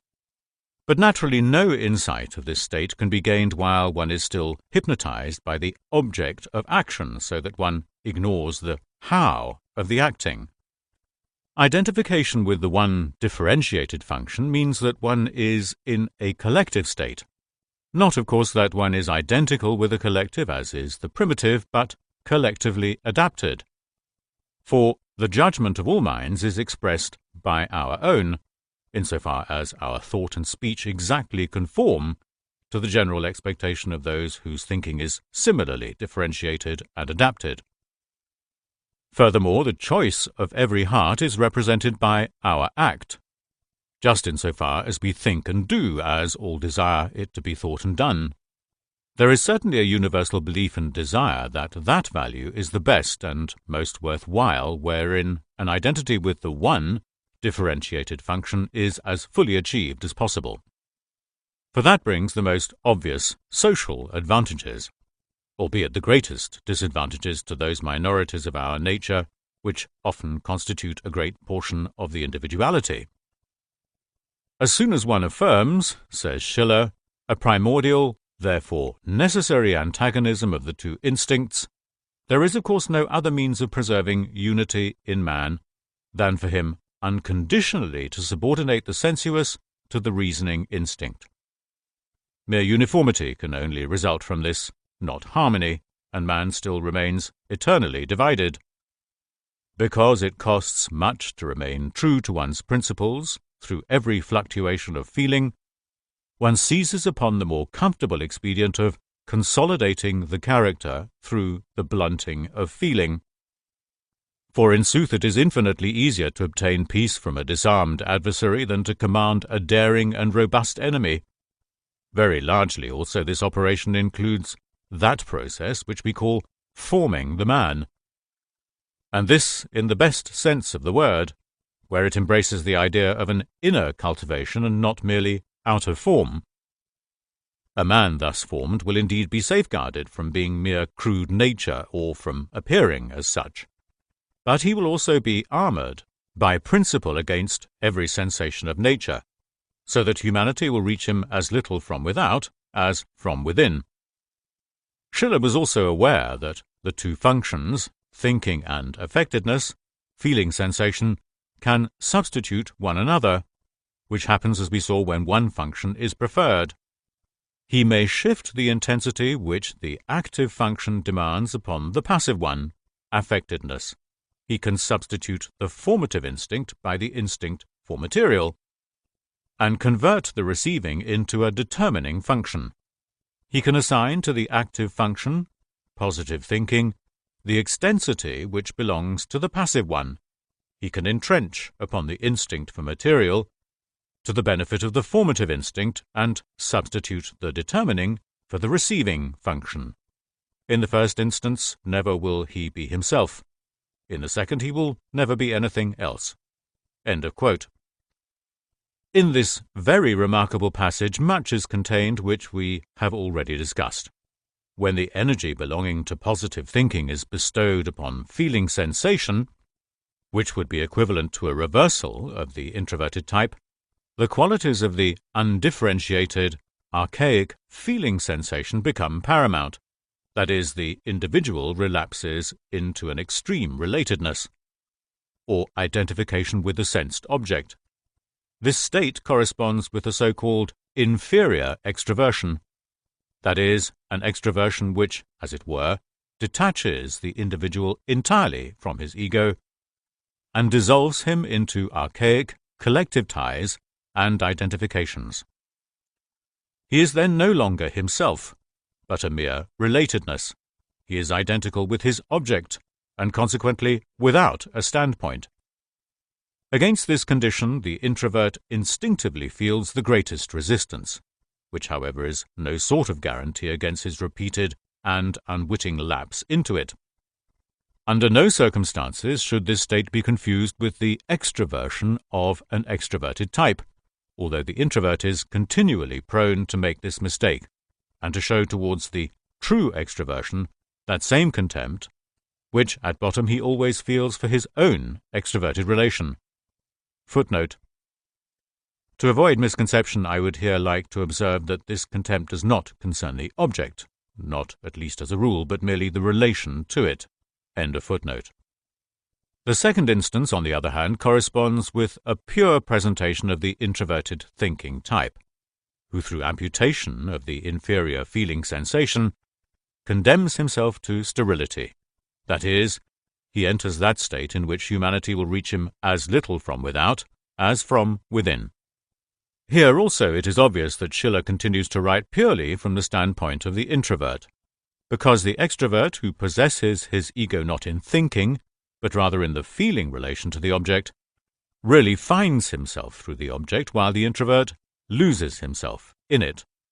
But when the extrovert proceeds to introvert, he comes to his inferior relationship with collective ideas, that is, to an identity with collective thinking of an archaic, concretistic quality which one might describe as sensation presentation.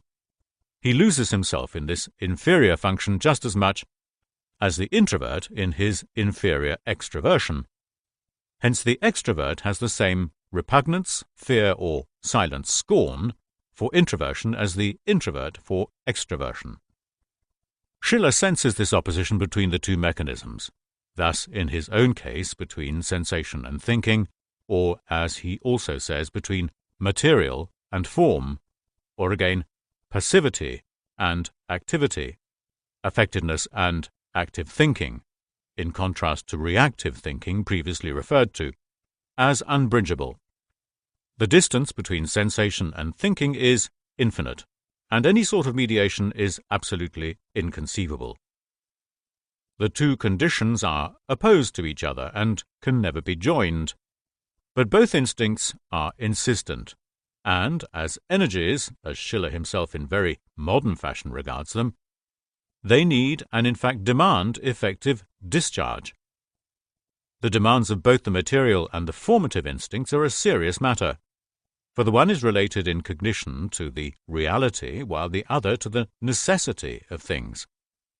But the discharge of energy of the sensuous instinct must in no way have the effect of a physical disability or a blunting of sensation, which only deserves universal contempt. It must be an act of freedom, an activity of the person, tempering everything sensual by its moral intensity. Only to the mind may sense give place. It must follow, then, that the mind may give place only in favour of sense. Schiller, it is true, does not say this directly, but it is surely implied, where he says, "Just as little should this discharge of the formative instinct have the effect of a spiritual disablement and a loosening of the powers of thought and of will, for this would mean a lowering of mankind. Abundance of sensations must be its honourable source.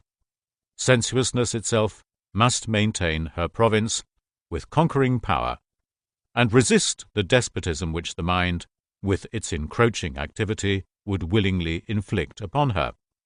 End of quote.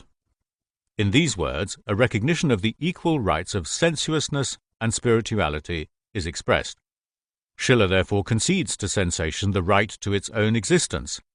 But at the same time, we can also see in this passage allusions to a still deeper thought, namely, the idea of a reciprocity between the two instincts, a community of interest, or symbiosis, as we should perhaps prefer to call it, in which the waste products of the one would be the food supply of the other. Schiller himself says that the reciprocity of the two instincts consists in this, that the effectiveness of the one both establishes and restricts the effectiveness of the other, and that each in its own separate sphere can reach its highest manifestation only through the activity of the other.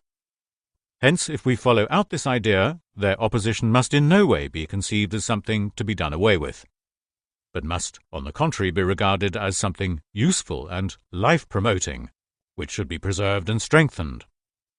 But this is a direct attack against the predominance of the one differentiated and socially valuable function, since it is the primary cause of the repression and absorption of the inferior functions. This would signify a slave rebellion against the heroic ideal which compels us, for the sake of one, to sacrifice the remaining all. If this principle, which as we know was first especially developed by Christianity for the spiritualizing of man, subsequently becoming equally effective in furthering his materialization, were once finally broken, the inferior functions would find a natural release and would demand, rightly or wrongly, the same recognition as the differentiated function. The complete opposition between sensuousness and spirituality, or between the feeling sensation and thinking of the introverted thinking type, would therewith be openly revealed. This complete opposition, as Schiller also allows, entails a reciprocal limitation, equivalent psychologically to an abolition of the power of principle, that is, to a renunciation of the claim to a generally valid standpoint on the strength of one differentiated and generally adapted collective function.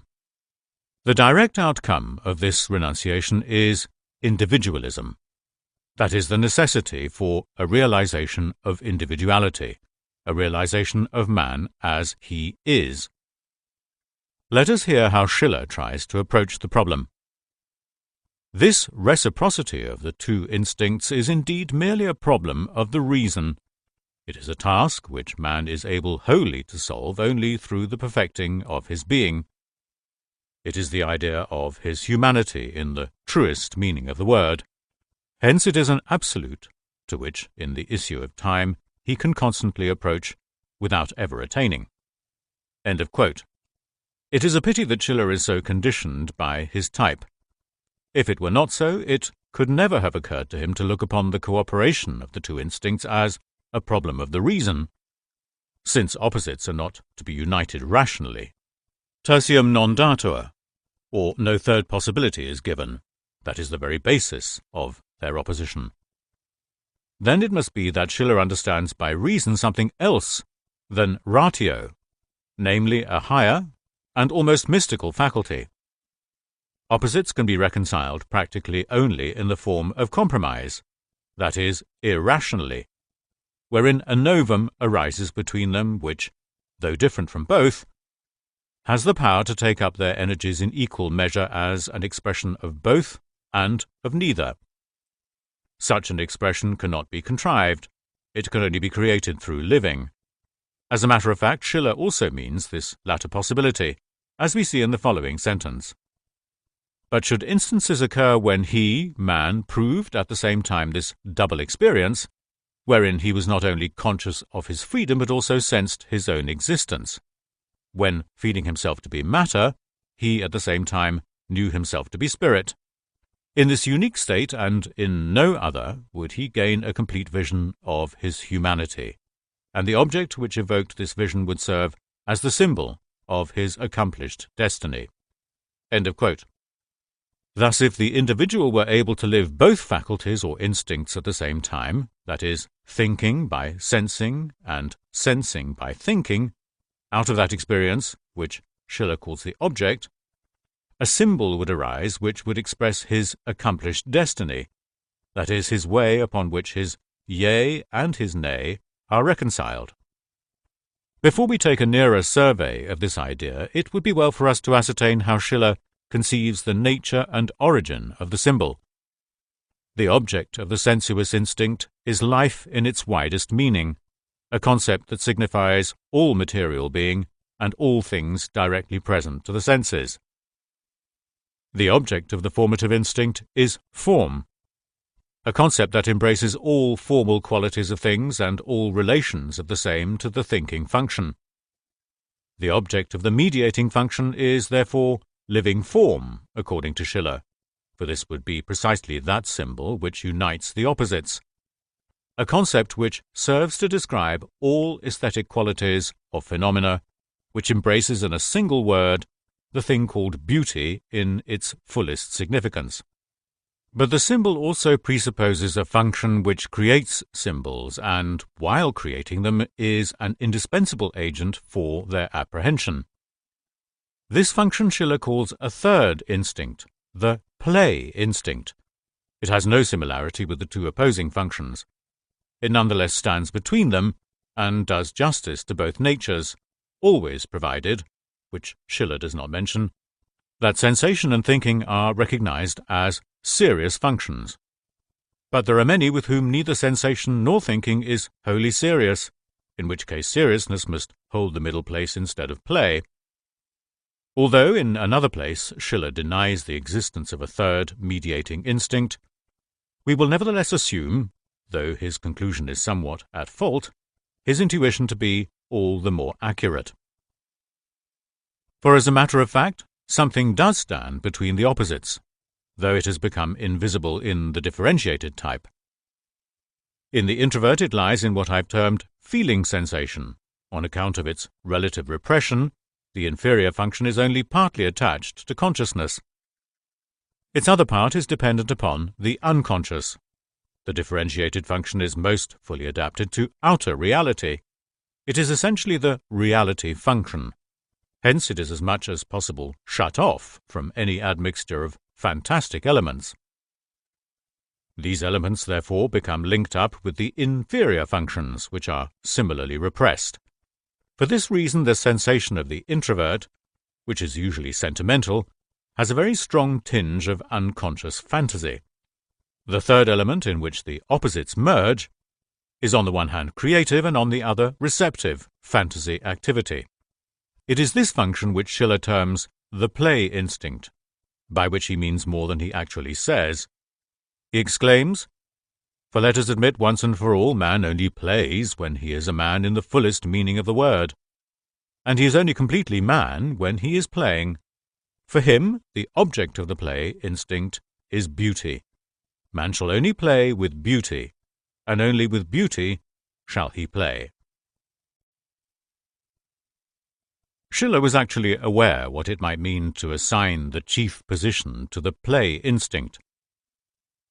The release of repression, as we've already seen, effects a recoil of the opposites upon each other plus a compensation, which necessarily results in a depreciation of the hitherto highest value.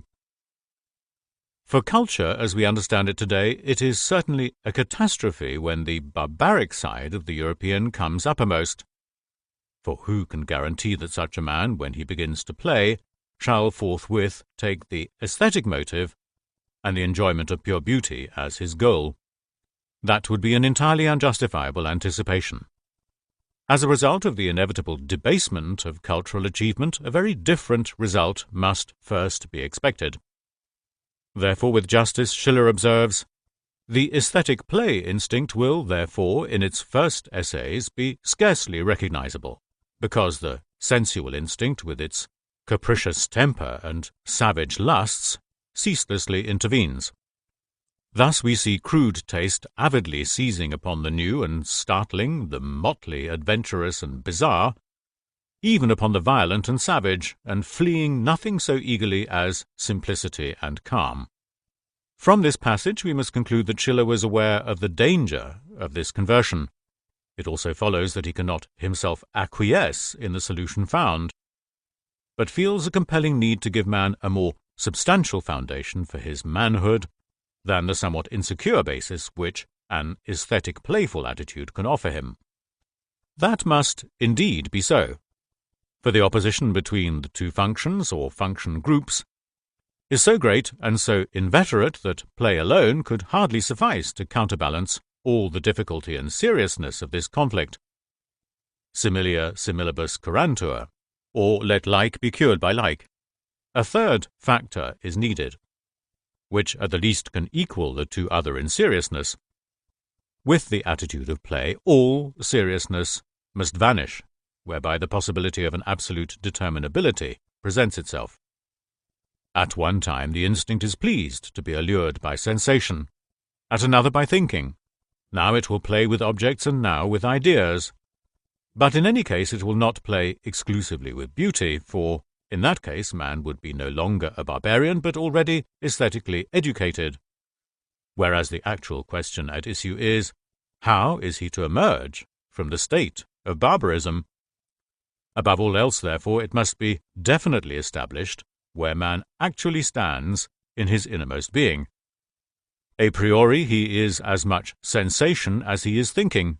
He is in opposition to himself, hence must he stand somewhere in between. In his deepest essence he must be a being who partakes of both instincts, yet may he also differentiate himself from them in such a way that, although he must suffer the instincts and in given cases submit to them, he can also apply them. But first he must differentiate himself from them, as from natural forces to which he is subject, but with which he does not regard himself identical. Concerning this, Schiller expresses himself as follows: this inherency of the two root instincts in no way contradicts the absolute unity of the mind, provided only that man distinguishes himself from both instincts. Both certainly exist and work in him, but in himself he is neither substance nor form, neither sensuousness nor reason. Here it seems to me Schiller refers to something very important, the separability of an individual nucleus, which can be at one time the subject and at another the object of the opposing functions, though ever remaining distinguishable from them. This discrimination is itself as much an intellectual as a moral judgment. In the one case it happens through thinking, in the other through feeling. If the separation does not succeed, or if it is not even attempted, a dissolution of the individuality into the pairs of opposites inevitably follows, since it becomes identical with them. The further consequence is an estrangement with oneself, or an arbitrary decision in favor of one or the other side, together with a violent suppression of its opposite. This train of thought belongs to a very ancient argument, which, so far as my knowledge goes, received its most interesting formulation psychologically at the hands of Sensuous, the Christian bishop of Ptolemais and pupil of Hypatia. In his book De Somniis, he assigns to the spiritus fantasticus practically the same psychological role as Schiller to the play instinct, and I to creative fantasy. Only his mode of expression is metaphysical rather than psychological, which, being an ancient form of speech, is hardly suitable for our purpose. Sensuous speaks of it thus: "The fantastic spirit comes between the eternal and the temporal, in which spirit are we also most alive. The spiritus fantasticus combines the opposites in itself, hence it also participates in instinctive nature upon the animal plane, where it becomes instinct and incites to demoniac desires. For this spirit borrows of both extremes and makes of them something of its own, so that they which formerly lay far apart now appear in one nature. In many parts of the existing order has nature extended the realm of the power of fantasy. It even descends to the creatures who do not yet possess reason. In truth, it represents the intelligence of the creature, and the creature understands much by means of this power of fantasy. All sorts of demons derive their essence from this kind of life, for they are in their whole nature imaginary and in their origin are inwardly fashioned." End of quote. Psychologically, demons are interferences from the unconscious, that is, spontaneous eruptions into the continuity of the conscious process on the part of unconscious complexes. Complexes are comparable to demons which fitfully harass our thoughts and actions. Hence antiquity and the Middle Ages conceived acute neurotic disturbances as possession. When, therefore, the individual stands consistently upon one side, the unconscious ranges itself squarely upon the other, and rebels, which in all probability was what must have befallen the Neo-Platonic or Christian philosophers, insofar as they represented the standpoint of exclusive spirituality. Particularly valuable is the allusion to the fantastic nature of the demons. It is, as I have previously discussed, precisely the fantastic element which becomes associated in the unconscious with the repressed functions. Hence, if the individuality, a term which more briefly expresses the individual nucleus, is not differentiated from the opposites, it becomes identified with them and is thereby inwardly rent, that is, a tormenting disunion takes place. Sensuous expressed this as follows: "This spiritual essence, which devout men have also called the vital flame, is both God and idol and demon of every shape. Herein also doth the soul receive her chastisement. Through participation in the instinctive forces, the spirit becomes a god and a demon of many shapes." This strange idea becomes immediately intelligible when we recollect that, in themselves, sensation and thinking are collective functions, in which, through non-differentiation, the individuality, the spirit, according to Schiller, has become dispersed. Thus the individuality becomes a collective being, that is, godlike, since God is a collective idea of an all-pervading nature. In this state, says Sensuous, the soul suffereth torment. But deliverance is won through differentiation, because the spirit, when it has become wet and fat, sinks into the depths, that is, becomes entangled in the object. But when purged through pain, it becomes dry and hot, and again ascends, for it is just this fiery quality which distinguishes it from the humid nature of its subterranean abode. Here the question naturally arises by virtue of what power can the indivisible, that is, the individuality, maintain itself against the separative instincts. That it can do so upon the line of the play instinct, even Schiller at this point no longer believes, for here we are dealing with something serious, some considerable power, which can effectively detach the individuality from the opposites. From the one side comes the call of the highest value, the highest ideal, while from the other comes the enchantment of the strongest desire. Each of these two root instincts, says Schiller, as soon as it reaches a state of development, must of necessity strive towards the satisfaction of its own nature. But because both are necessary, and since both must pursue antagonistic objects, this twofold urgency is mutually suspended, and between the two the will asserts a complete freedom. Thus it is the will which behaves as a power towards both instincts, but neither of the two can of itself behave as a power towards the other. There is in man no other power but his will, and only that which abolishes man, death and every destroyer of consciousness, can abolish this inner freedom. That the opposites must cancel each other is logically correct, but practically it is not so. For the instincts stand in mutual and active opposition, causing temporarily insoluble conflicts. The will could indeed decide, but only if we anticipate that condition which must first be reached. But the problem how man may emerge out of barbarism is not yet solved.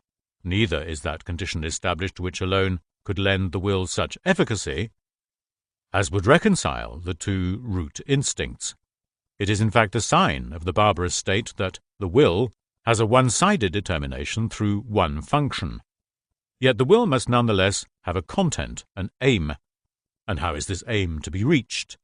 How else than through a preliminary psychic process, by which either an intellectual or an emotional judgment, or a sensuous desire, shall provide the will with its content and its goal.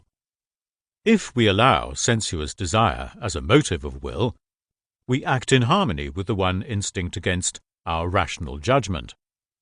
Yet if we transfer the adjustment of the dispute to the rational judgment, then even the fairest and most considerate allotment must always be based upon rational grounds, whereby the rational instinct is conceded a prerogative over the sensuous. The will, in any case, is determined more from this side or from that, just so long as it is dependent for its content upon one side or the other. But to be really able to decide the matter, it must be grounded on a mediate state or process, which shall give it a content that is neither too near nor too remote from either side. According to Schiller's definition, this must be a symbolical content, since the intermediate position between the opposites can be reached only by the symbol. The reality presupposed by the one instinct differs from the reality of the other. To the other it would be quite unreal or apparent, and vice versa. But this dual character of real and unreal is inherent in the symbol. If only real, it would not be a symbol, since it would then be a real phenomenon, and therefore removed from the nature of the symbol. Only that can be symbolical which embraces both.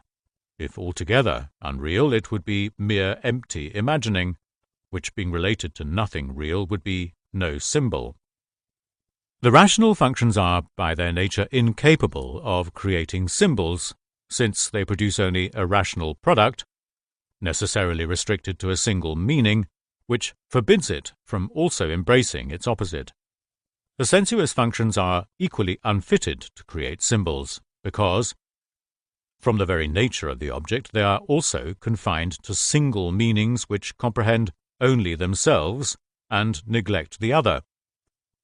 To discover, therefore, that impartial basis for the will, we must appeal to another element, where the opposites are not yet definitely divorced, but still preserve their original unity.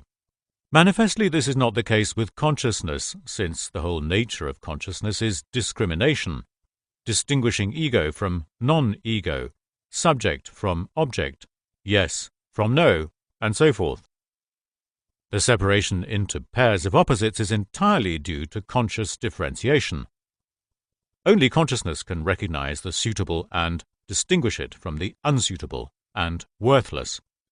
It alone can declare one function valuable and another worthless, thus favoring one with the power of the will while suppressing the claims of the other. But when no consciousness exists, where the still unconscious instinctive process prevails, there is no reflection, no pro et contra, no disunion, but simple happening, regulated instinctiveness, proportion of life, provided, of course, that instinct does not encounter situations to which it is still unadapted, in which case damming up, affect, confusion, and panic arise. It would, therefore, be unavailing to appeal to consciousness for a decision of the conflict between the instincts. A conscious decree would be quite arbitrary, and could never give the will that symbolic content which, alone, can create an irrational settlement of a logical antithesis. For this we must go deeper. We must descend into those foundations of consciousness which have still preserved their primordial instinctiveness, namely into the unconscious, where all psychic functions are indistinguishably merged in the original and fundamental activity of the psyche.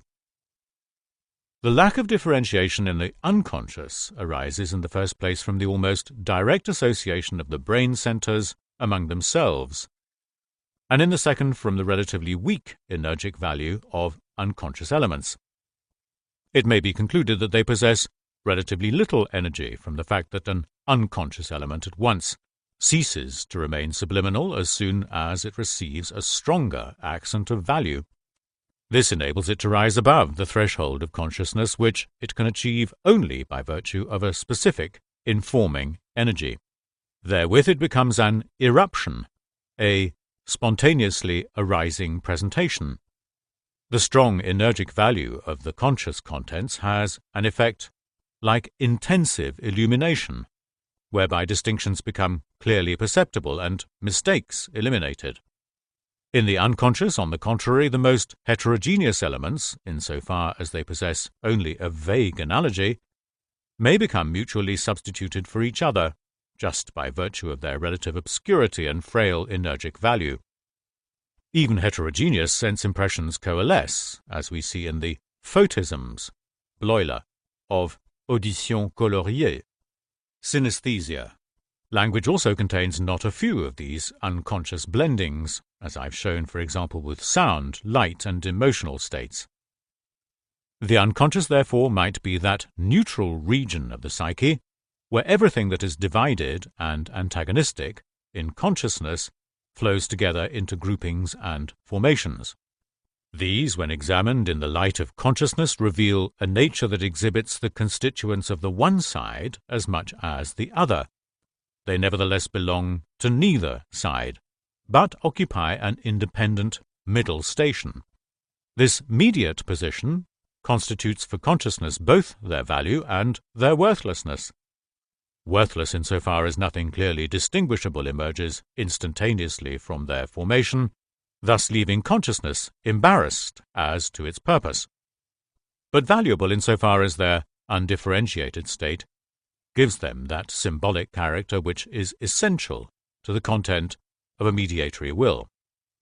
Besides the will, which is entirely dependent upon its content, man gains a further resource, then, in the unconscious, that maternal womb of creative fantasy, which is constantly potent to fashion symbols in the natural process of elemental psychic activity, symbols which can serve in the determination of the mediating will.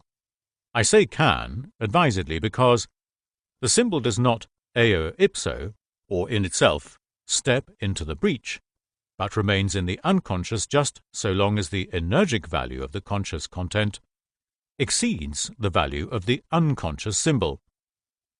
Under normal conditions, this is, moreover, always the case, while under abnormal conditions, a reversal of value takes place, whereby the unconscious receives a higher value than the conscious. In such a case, the symbol penetrates the surface of consciousness, without, however, being taken up by the conscious will and the executive conscious functions, since these, on account of the reversal of values, have now become subliminal. The unconscious has become superliminal, and an abnormal mental state, a mental disorder, has declared itself. Under normal conditions, therefore, energy must be artificially added to the unconscious symbol in order to increase its value and thus bring it to consciousness. This occurs, and here we return to the idea of differentiation provoked by Schiller, through a differentiation of the self from the opposites. This differentiation is equivalent to a detachment of the libido from both sides, in such measure as the libido is disposable. For the libido invested in the instinct is only to a certain degree disposable, just so far, in fact, as the power of the will extends. This is represented by that quantity of energy which is under the free disposition of the ego. In such a case, the will has the self as a possible aim. In such measure as further development is arrested by the conflict, is this goal the more possible. In this case, the will does not decide between the opposites, but merely for the self. That is, the disposable energy is withdrawn into the self. In other words, it is introverted. This introversion simply means that the libido is held with the self and is prevented from participation in the conflicting opposites. Since the outward way is barred to it, it turns naturally towards thought, whereby it is again in danger of becoming entangled in the conflict. The act of differentiation and introversion involves the detachment of disposable libido, not merely from the outer object alone, but also from the inner object, namely ideas. It becomes wholly objectless. It is no longer related to anything that could be a conscious content. It therefore sinks into the unconscious, where it automatically takes possession of the waiting fantasy material which it activates and urges towards consciousness. Schiller's expression for the symbol, living form, is happily chosen, because the fantasy material, thus animated, contains images of the psychological development of the individuality in its successive states, thus providing a sort of model or representation of the further way between the opposites.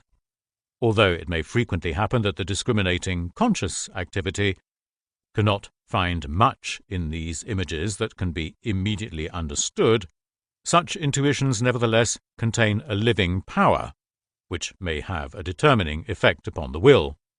For the content of the will receives determinants from both sides. As a result, the opposites after a certain time recuperate. But the resumed conflict again demands the same process, whereby a further stage is continually made possible. This function of mediation between the opposites I have termed the transcendent function, by which I mean nothing mysterious, but merely a combined function of conscious and unconscious elements, or as in mathematics a common function of real and imaginary factors. Footnote. I must emphasize the point that I am here presenting only this function in principle. Further contributions to this very complex problem, for which in particular the manner of accepting unconscious material into consciousness has a fundamental importance, will be found in my work La structure de l'inconscient, Archives de psychologie, December 1916. Also in my paper, The Psychology of Unconscious Processes, Collected Papers, Chapter 14. End of footnote. Besides the will, whose importance must not be thereby denied, we have also creative fantasy, an irrational, instinctive function, which alone has the power of yielding the will a content of such a character as can unite the opposites. It is this function which Schiller intuitively apprehended as the source of symbols, but he termed it play instinct, and therefore could make no further use of it for the motivation of the will. In order to obtain this content of the will, he went back to the intellect, and in doing so, allied himself to one side. But he is surprisingly near to our problem when he says, "The power of sensation must therefore be destroyed before law, i.e. rational will, can be established. It is not forthwith accomplished when something has a beginning which before had none.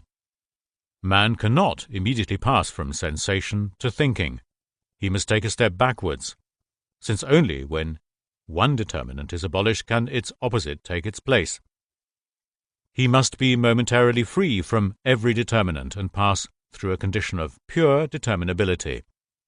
Accordingly, he must in some way return to that negative state of pure non-determination which he enjoyed before ever any sort of impression was made upon his senses. But that was a state entirely empty of content, whereas now our chief concern is to harmonize an equal non-determination and an unlimited determinability with the greatest possible fullness, because forthwith from this condition must something positive result. The determination which he receives through sensation must therefore be maintained, since he must not lose reality. But at the same time, insofar as it is a restriction, it should be abolished, because an unlimited determinability must be permitted. Letter 20, page 104. End of quote. With the help of what has been said above, this difficult passage can easily be understood, if only we bear in mind the fact that Schiller has a constant inclination to seek the solution with the rational will. This factor must be allowed for. What he says is then perfectly clear. The step backwards is the differentiation from the antagonistic instincts, the detachment and withdrawal of the libido from the inner and outer object. Here, of course, above all, Schiller has the sensuous object in mind, since, as already explained, his constant aim is to reach over towards the side of rational thinking, for to him this seems quite indispensable for the determination of the contents of the will. But in spite of this, the necessity to abolish every determinant still urges itself upon him. In this necessity, the detachment from the inner object, the idea, is implied. Otherwise it would be impossible to achieve a complete absence of content and determinant, together with that original state of unconsciousness, where a discriminating consciousness has not yet distinguished subject from object. It is obvious that Schiller had in mind that same process which I have described as introversion into the unconscious. Unlimited determinability clearly means something very like the unconscious, a state in which everything can have effect upon everything else without distinction. This empty state of consciousness must correspond with the greatest possible fullness. This fullness, as the counterpart of conscious emptiness, can only be the content of the unconscious, since no other content is given. In this way, Schiller expresses the union of the unconscious with the conscious, and from this state something positive must result. This positive something is for us the symbolic determinant of the will. For Schiller it is a mediate condition, through which the reconciliation of sensation and thinking is brought about. He calls it a middle disposition in which sensuousness and reason are equally active. But for this very reason their determining power is mutually cancelled. Their opposition effects a negation. This suspension of the opposites produces an emptiness which we call the unconscious. Because it is not determined by the opposites, this condition is susceptible to every determinant. Schiller calls it an aesthetic condition. It is worth noting that he thereby overlooks the fact that sensuousness and reason cannot both be active in this condition, since, as Schiller himself says, they are already suspended through mutual negation. But since something must be active and Schiller has no other function at his disposal, the pairs of opposites must, according to him, again become active. Their activity naturally persists, but since consciousness is empty, they must necessarily be in the unconscious. Footnote. As Schiller rightly says, in the aesthetic state man is nothing. End of footnote. But this concept Schiller lacks. Accordingly, he becomes contradictory at this point. His mediating aesthetic function would thus be equivalent to our symbol-forming activity, creative fantasy. Schiller defines the aesthetic disposition as the relation of a thing to the totality of our various faculties, mental functions, without its being a definite object for any one individual faculty. He would here perhaps have done better, instead of this vague definition, to return to his earlier concept of the symbol, since the symbol has this quality that it is related to all the psychic functions without being a definite object of any single one. Having now reached this mediating disposition, Schiller perceives that it is henceforth possible for man, in the way of nature, to make what he will of himself, that the freedom to be what he ought to be is wholly restored to him. Because by preference Schiller proceeds intellectually and rationally, he falls a victim to his own conclusion. This is already revealed in his choice of the expression aesthetic. If he had been acquainted with Indian literature, he would have seen that the primordial image, which floated before his inner mind, had a very different meaning from the aesthetic one. His intuition found the unconscious model, which from oldest times has exercised its living force in our unwitting minds. Yet he interprets it as aesthetic, although he himself had previously emphasized its symbolic character. The primordial image to which I refer is revealed in that growth of Oriental thought which centers around the Brahman Atman teaching in India, and in China found its philosophical representative in Lao Tse. The Indian conception teaches liberation from the opposites, by which every sort of affective state and emotional hold to the object is understood. The liberation succeeds a detachment of the libido from all contents, whereby a state of complete introversion results. This psychological process is characteristically called tapas, a term which can best be rendered as self-brooding. This expression clearly pictures the state of meditation without content, in which the libido is supplied to the self somewhat in the manner of incubating heat. As a result of the complete detachment of every function from the object, there necessarily arises in the inner man, the self, an equivalent of objective reality, a state of complete identity of inner and outer, which may be technically described as the tat tvam asi, that art thou. Through the fusion of the self with the relations to the object, there proceeds the identity of the self, Atman, with the essence of the world, that is, with the relations of the subject to the object, so that the identity of the inner with the outer Atman becomes recognized. Translator footnote. Atman has been defined as the soul of selfhood, the highest principle of life in the universe, the divine germ in man. End of footnote.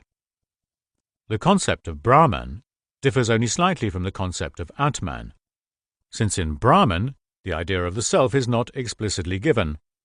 It is, as it were, a more general, almost indefinable state of identity between the inner and the outer. Parallel, in a certain sense, with tapas is the concept yoga, by which not so much a state of meditation as a conscious technique for the attainment of the tapas state is to be understood. Yoga is a method by which the libido is systematically drawn in and thereby released from the bondage of the opposites. The aim of the tapas and yoga is the establishing of a mediate condition from which the creative and redeeming element emerges.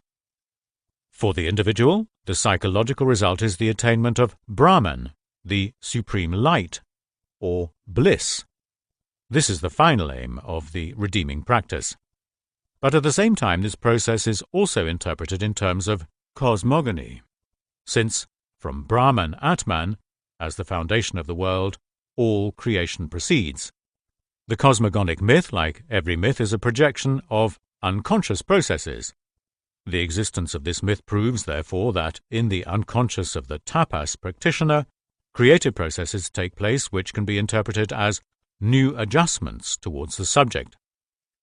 Schiller says, "So soon as it is light in man, it is no longer night without. So soon as it is still in him, lulled is the storm in the universe. The contending forces of nature find rest within lasting bounds." Little wonder, then, that the immemorial poem speaks of this great event in the inner man as of a revolution in the outer world. Letter 25, page 135, end of quote. Through yoga, the relations to the object become introverted.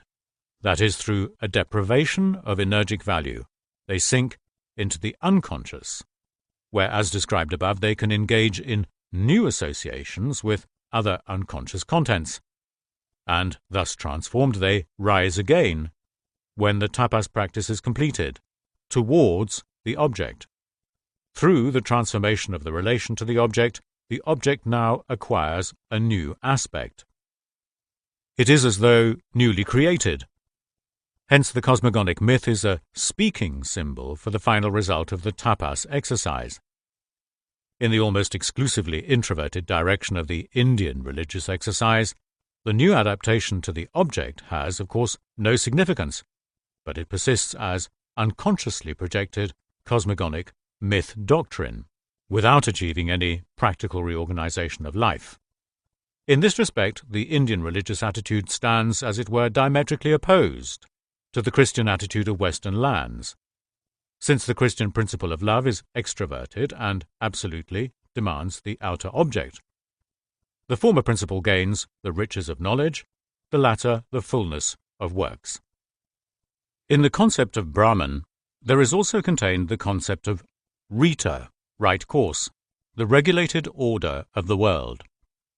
In Brahman, as the creative essence and foundation of the world, things come upon the right way, since in it they are eternally dissolved and recreated. Out of Brahman proceeds all development upon the ordered way. The concept of Rita leads us on to that of Tao in Lao Tse. Tao is the right way, law-abiding ordinance, a middle road between the opposites, freed from them and yet uniting them in itself. The purpose of life is to travel this middle path and never to deviate towards the opposites. The ecstatic factor is entirely absent with Lao Tse. It is replaced by a superior philosophic clarity, an intellectual and intuitive wisdom obscured by no mystical haze, a wisdom which presents what is simply the highest attainable to spiritual superiority, and therefore also lacks the chaotic element insofar as the air it breathes is distant as the stars from the disorder of this actual world. It tames all that is wild, without purifying and transforming it into something higher. One could easily object that the analogy between Schiller's train of thought and these apparently remote ideas is rather far-fetched, but it must not be forgotten that not so long after Schiller's time, these very ideas found a powerful utterance in the genius of Schopenhauer, and became so intimately wedded to the Western Germanic mind that they have persisted and thriven even to the present day. In my view, it is of small importance that the Latin translation of the Upanishads by Anquetil du Perron, 1802, was accessible to Schopenhauer, whilst Schiller, with the very sparing information of his time, had at least no conscious connection with these sources. Schiller died in 1805. I have seen enough in my own practical experience to become convinced that direct communication is not essential in the formation of such relationships. Indeed, something very similar is to be seen in the fundamental ideas of Meister Eckhart, as also in a measure in the thought of Kant, where we find a quite astonishing similarity with the ideas of the Upanishads, without the faintest trace of influence either direct or indirect. It is the same here as with myths and symbols, which can arise autochthonously in every corner of the earth and are nonetheless identical, just because they are fashioned out of the same worldwide human unconscious, whose contents are infinitely less variable than are races and individuals. There is another reason urging me to draw a parallel between Schiller's ideas and those of the East, and this is that the thoughts of Schiller might be rescued from the too narrow cloak of aesthetism. Footnote: I employ the word aesthetism as an abbreviated expression for aesthetic world philosophy. Hence I do not mean that aesthetism with the evil accompaniment of aesthetic action and sentimentality, which might perhaps be described as aestheticism. End of footnote. Aesthetism is not fitted to solve the exceedingly serious and difficult problem of the education of man, for it always presupposes the very thing it should create, namely the capacity for the love of beauty. It actually prevents a deeper searching of the problem, since it always looks away from the evil, the ugly, and the difficult, and aims at enjoyment, even though it be of a noble kind. Aesthetism, therefore, lacks all moral motive power, because, au fond, in essence, it is still only refined hedonism. Schiller is indeed at some pains to introduce an unconditional moral motive, but without any convincing success. Since, just because of his aesthetic attitude, it is impossible for him to perceive the kind of consequences which a recognition of the other side of human nature would entail, for the conflict which thereby arises involves such a confusion and suffering for the individual that although in the most favourable cases his vision of the beautiful may enable him persistently to repress its opposite, he does not thereby escape from it, so that, even at the best, the old condition is once more established. In order to help a man out of this conflict, an attitude other than the aesthetic is needed. This is revealed nowhere more clearly than in this parallel with the ideas of the East. The Indian religious philosophy has apprehended this problem to its very depth, and has demonstrated what category of remedies is needed to render a solution of the conflict possible. For its achievement, the highest moral effort, the greatest self-denial and sacrifice, the most intense religious earnestness and saintliness are needed. Schopenhauer, with every regard for the aesthetic, has most definitely brought out just this aspect of the problem. We must not, however, imagine that the words aesthetic, beauty, etc. called up the same associations for Schiller as they do for us. Indeed, I am not putting it too strongly when I affirm that for Schiller, beauty was a religious ideal. Beauty was his religion. His aesthetic disposition might equally well be rendered religious devotion. Without definitely expressing anything of the sort, and without explicitly describing his central problem as a religious one, Schiller's intuition nonetheless arrived at the religious problem. It was, however, the religious problem of the primitive, which he even discusses at some length in his investigation, without ever pressing along this line to the end. It is worth noting that in the further pursuit of his ideas, the question of the play instinct fell quite into the background in favour of the idea of the aesthetic disposition, which apparently reached an almost mystical valuation. This, I believe, is not accidental, but has a quite definite foundation. Oftentimes it is just the best and most profound ideas in a work which most stubbornly resist a clear apprehension and formulation, even though they are suggested in various places and presumably, therefore, should be sufficiently ripe for a lucid and characteristic synthesis. It seems to me that here there is a difficulty of this sort. Into the concept of the aesthetic disposition, as a mediatory creative state, Schiller himself instills ideas which at once reveal the depth and the seriousness of this concept. And yet, quite as clearly, he discerned the play instinct as that long-sought mediating activity. Now, one cannot deny that these two conceptions stand in a certain opposition to each other, for play and seriousness are scarcely compatibles. Seriousness comes through deep inner necessity, but play is its more external expression, that aspect of it which is turned toward consciousness. It is not a question, of course, of a will to play, but of having to play, a playful manifestation of fantasy, through inner necessity, without the compulsion of circumstances, without even the compulsion of will. It is a serious play. Footnote.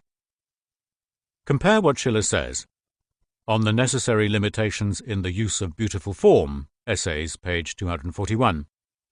For since, in the man of aesthetic refinement, the imaginative faculty, even in its free play, is directed according to laws, and sense approves of enjoyment only with the consent of reason, the reciprocal favour is easily required of reason, that it shall be directed in the earnestness of its law-giving, in accordance with the interests of the imagination, and not command the will without the concurrence of the sensuous instincts.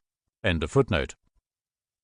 And yet it is certainly play in its outer aspect seen from the viewpoint of consciousness, that is, from the standpoint of collective judgment, but it is play from inner necessity, that is, the ambiguous quality which clings to everything creative. If the play expires in itself without creating anything durable and living, it is only play, but in the alternative event it is called creative work.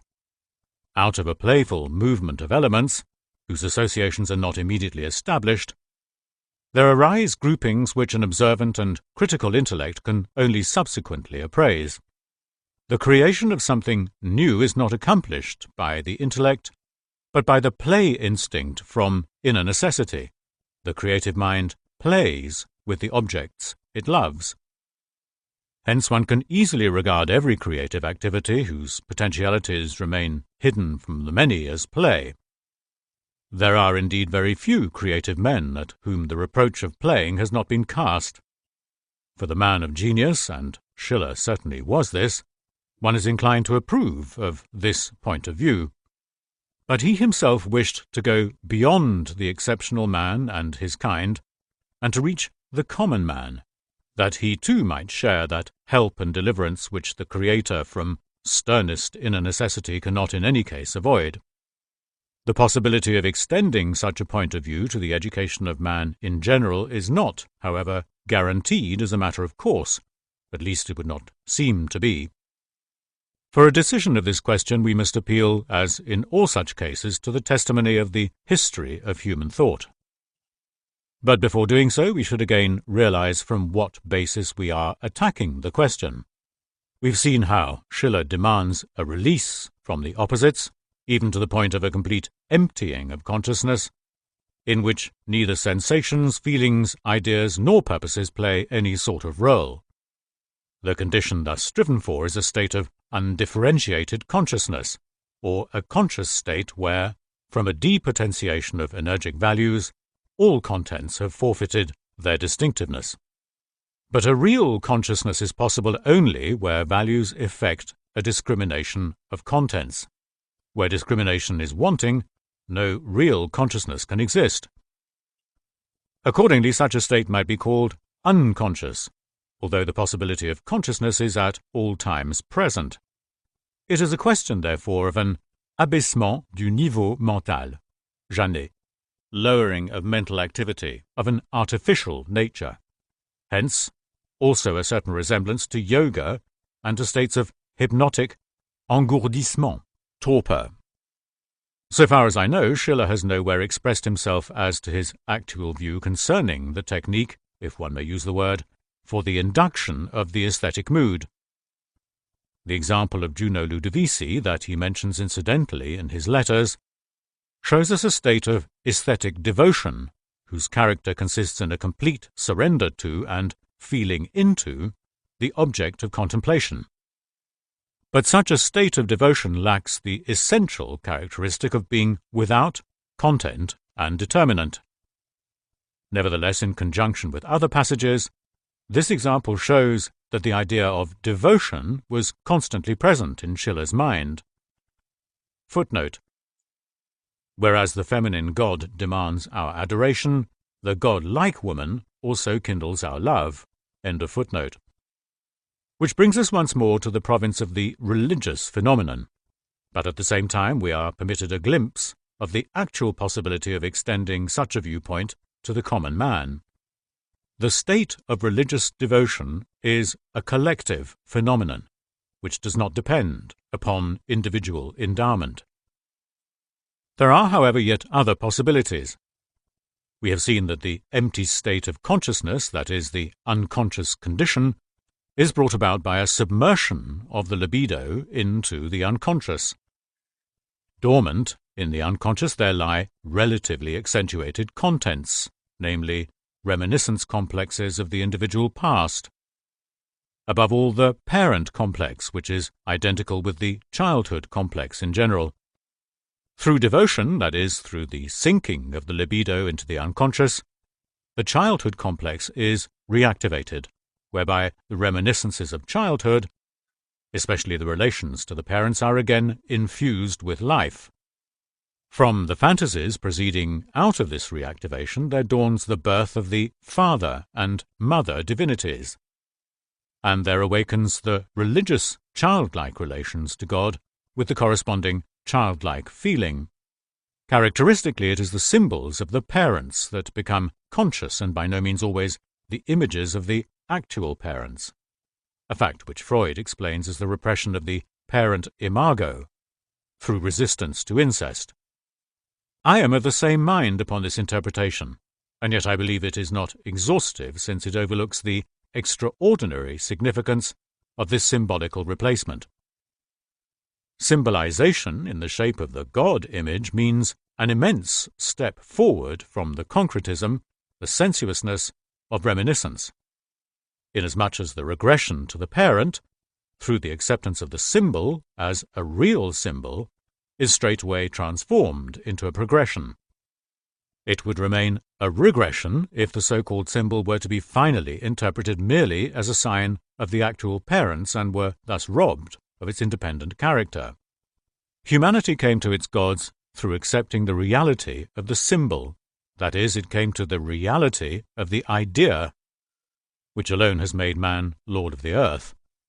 Devotion, as Schiller correctly conceived it, is a regressive movement of the libido towards the primordial, a diving down into the source of first beginnings. Emerging as an image of the commencing progressive movement, there rises the symbol, which represents a comprehensive resultant of all the unconscious factors. It is living form, as Schiller calls the symbol, a God image as history unfolds it. It is not, therefore, an accident that our author has straightway chosen a divine image, the Juno Ludovisi, as a paradigm. Goethe makes the divine images of Paris and Helen float up from the tripod of the mothers. On the one hand, the rejuvenated pair, but on the other the symbol of a process of inner union, which is precisely what Faust passionately craves for himself, as the supreme inner atonement. This is clearly shown in a subsequent scene, and it is equally manifest in the further course of the second part. As we can see in this very example of Faust, the vision of the symbol is a significant indication as to the further course of life, an alluring of the libido towards a still distant aim, but which henceforth operates unquenchably within him, so that his life, kindled like a flame, moves steadily onwards to the far goal. This is the specific, life-promoting significance of the symbol. This is the value and meaning of the religious symbol. I am speaking, of course, not of symbols that are dead and stiffened by dogma, but of living symbols that rise from the creative unconscious of living man. The immense significance of such symbols can be denied only by the man whose history of the world begins at the present day. It ought to be superfluous to speak of the significance of symbols, but unfortunately this is not so, for the spirit of our time believes itself superior to its own psychology. The moral and hygienic standpoint of our day must always know whether such and such a thing is harmful or useful, right or wrong. A real psychology cannot concern itself with such queries. To recognize how things are in themselves is enough. The forming of symbols arising out of the state of devotion is, again, one of those collective religious phenomena which are not bound up with individual endowment. Hence, also, in this respect, the possibility of extending the viewpoint mentioned above to the ordinary man may be assumed.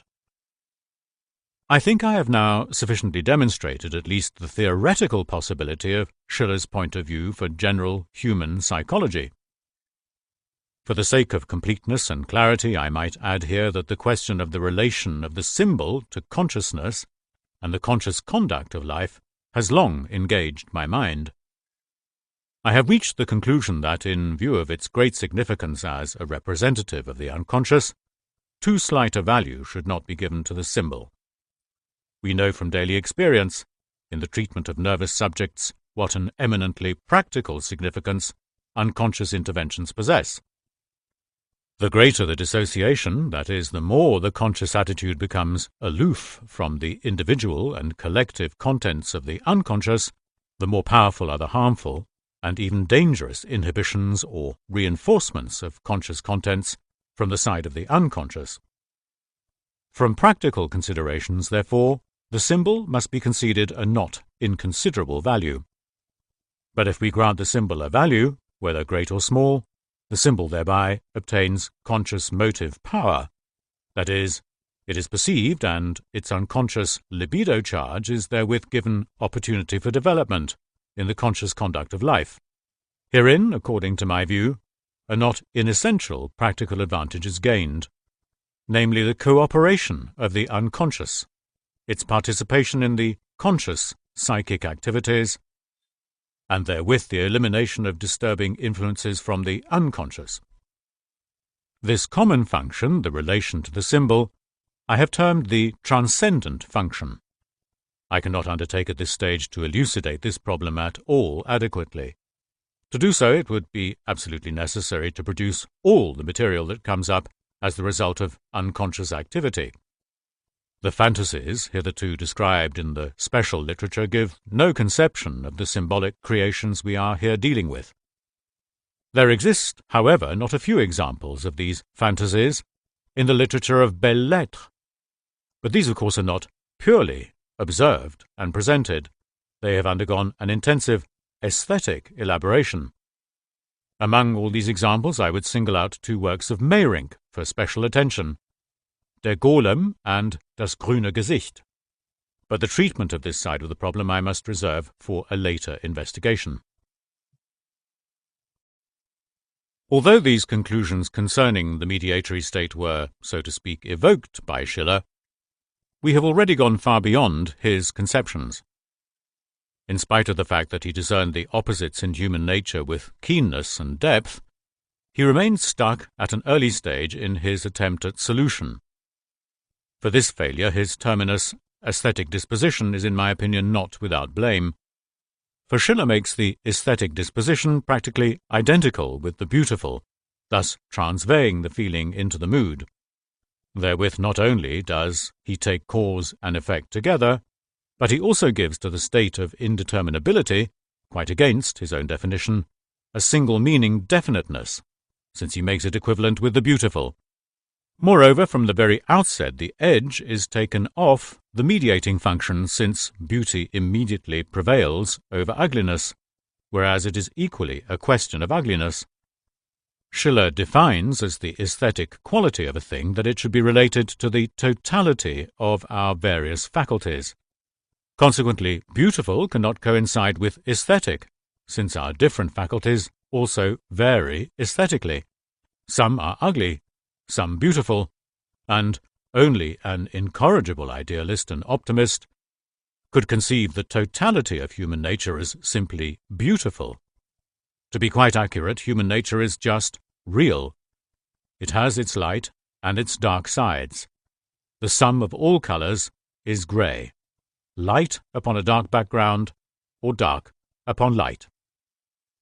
From this conceptual immaturity and inadequacy, we may also explain the circumstance that it is not at all clear how this mediatory state shall be established. There are numerous passages containing the unequivocal meaning that, in the enjoyment of pure beauty, the mediatory state is brought about. Thus, Schiller says, "Whatever flatters our senses with immediate sensation opens our yielding and shifting emotion to every impression, while it also makes us in equal measure less fitted for effort. Whatever strains our power of thought and invites us to abstract ideas strengthens our mind to every sort of resistance. But it also hardens it and robs us of susceptibility in the same degree as it helps us to a greater spontaneity. For this reason, the one, just as much as the other, leads necessarily, in the last resort, to exhaustion. If, on the contrary, we have surrendered ourselves to the enjoyment of pure beauty, we are, in such a moment, master of our passive and active faculties in equal measure. And we can apply ourselves to seriousness and to play, to rest and to motion, to yielding and to resistance, to abstract thought and to perception with the same ease." End of quote. This presentation stands in abrupt opposition to the provisions of the aesthetic state previously laid down, where the man was to be naught, undetermined, whilst here he is in the highest degree determined by beauty, surrendered to it. It would not repay us to pursue this question further with Schiller. Here he meets a boundary common both to himself and his time, which it was impossible for him to overstep, for everywhere he encounters the invisible, ugliest man, whose unveiling was reserved for our age in the person of Nietzsche. Schiller was intent on making the sensuous into a rational being, because from the outset he makes man aesthetic. He himself says, "We must change the nature of the sensuous man." Again he says, "Man must submit the physical life to form. He must carry out his physical destiny according to the laws of beauty. Upon the indifferent plane of the physical life, man must begin his moral being. He must, though still confined within his sensuous bounds, begin his rational freedom. Upon his inclinations, he must impose the law of his will. He must learn to desire nobly." That must of which our author speaks is the familiar ought, which is always invoked when one can see no other way. Here again we meet inevitable barriers. It would be unjust to expect one individual mind, were he never so great, to vanquish this gigantic problem, a problem which only times and peoples can resolve, and even so by no conscious purpose, but as only fate can solve it. The greatness of Schiller's thought lies in his psychological observation and his intuitive apprehension of the things observed. There's yet another of his trains of thought I would like to mention, which abundantly deserves consideration. We have seen above that the middle state is characterized by effecting a positive something, the symbol. The symbol combines antithetic elements within its nature. Hence it also reconciles the real-unreal antithesis because, on the one hand, it is certainly a psychological reality on account of its effectiveness, while on the other it corresponds with no physical reality. It is a fact and yet a semblance. This circumstance is brought out clearly by Schiller in order to append to it an apologia for semblance, which in every respect is significant. The greatest stupidity and the highest understanding have herein a certain affinity with each other, that they both seek the real and are both quite insensitive to mere semblance. Only by the immediate presence of an object in sensation is the former torn from its apathy, and only through the relating of its ideas to the facts of experience is the latter brought to rest. In a word, foolishness cannot soar above reality, and intelligence cannot remain below truth. Inasmuch, then, as need for reality and devotion to the real are merely the products of a human defect, indifference to reality and interest in semblance represent a true progress for humanity and a decisive step towards culture. End of quote. When speaking just now about an appraisement of the symbol's value, I showed the practical advantage that an appreciation of the unconscious possesses. Namely, we exclude the unconscious disturbance of conscious functions when, from the first, we have taken the unconscious into account through a consideration of the symbol. It is familiar that the unconscious, when not realized, is ever at work casting a false glamour over everything. It appears to us always upon objects, because everything unconscious is projected. Hence, when we are able to understand the unconscious as such, we strip away the false appearance from objects, and this can only promote truth. Schiller says, "This human right to rule man exercises in the mastery of semblance, and the more rigidly he severs mine from thine, the more scrupulously he separates form from essence, and the more independence he learns to give to the same, the more does he not merely enlarge the kingdom of beauty, he is actually establishing the boundaries of truth, for he cannot cleanse away appearance from the face of reality, without at the same time delivering reality from semblance. The effort to achieve this independence of semblance demands a greater power of abstraction, a greater freedom of heart, and more energy of will than is required of man in the effort to confine himself in reality, and already must he have left this behind him if he would achieve that." End of quotation. 2. A discussion on naive and sentimental poetry. For a long time it seemed to me as though Schiller's division of poets into naive and sentimental were a classification that harmonized with the points of view here expounded.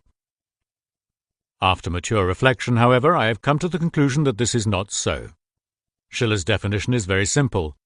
The naive poet is nature. The sentimental poet seeks her. This easy formula is enticing since it affirms two different kinds of relation to the object. It might also be put like this. He who seeks or desires nature as an object does not possess her. Such a man would be the introvert, and vice versa. He who already is nature herself, standing therefore in the most intimate relation with the object, would be the extrovert. But a rather arbitrary interpretation such as this would have little in common with Schiller's point of view. His division into naive and sentimental is one which, in contrast to our type division, is not merely concerned with the individual mentality of the poet, but rather with the character of his creative activity, that is, with its product. The same poet can be sentimental in one poem, naive in another. Homer certainly is naive throughout, but how many of the moderns are not, for the most part, sentimental? Evidently Schiller feels this difficulty and therefore asserts that the poet is conditioned by his time, not as an individual, but as a poet. Thus he says, all poets, who are really such, will respectively belong to the naive or sentimental, to the degree in which the quality of the age in which they flower, or mere accidental circumstances, exert an influence upon their general make-up and upon their passing emotional mood. Consequently, it is not a question of fundamental types for Schiller, but rather of certain characteristics or qualities of the individual product. Hence it is at once obvious that an introverted poet, on occasion, can be just as naive as he is sentimental. It therefore follows that to identify respectively naive and sentimental with extrovert and introvert would be quite beside the point, insofar as the problem of types is concerned. Not so, however, insofar as it is a question of typical mechanisms. A. The naive attitude. I will first present the definitions which Schiller gives of this attitude. It has already been mentioned that the naive poet is nature. He simply follows nature and sensation and confines himself to the mere copying of reality. With naive representations we delight in the living presence of objects in our imagination. Naive poetry is a boon of nature. It is a happy throw, needing no bettering when it succeeds, but fit for nothing when it has failed. The naive genius must do everything through his nature. He can do little through his freedom.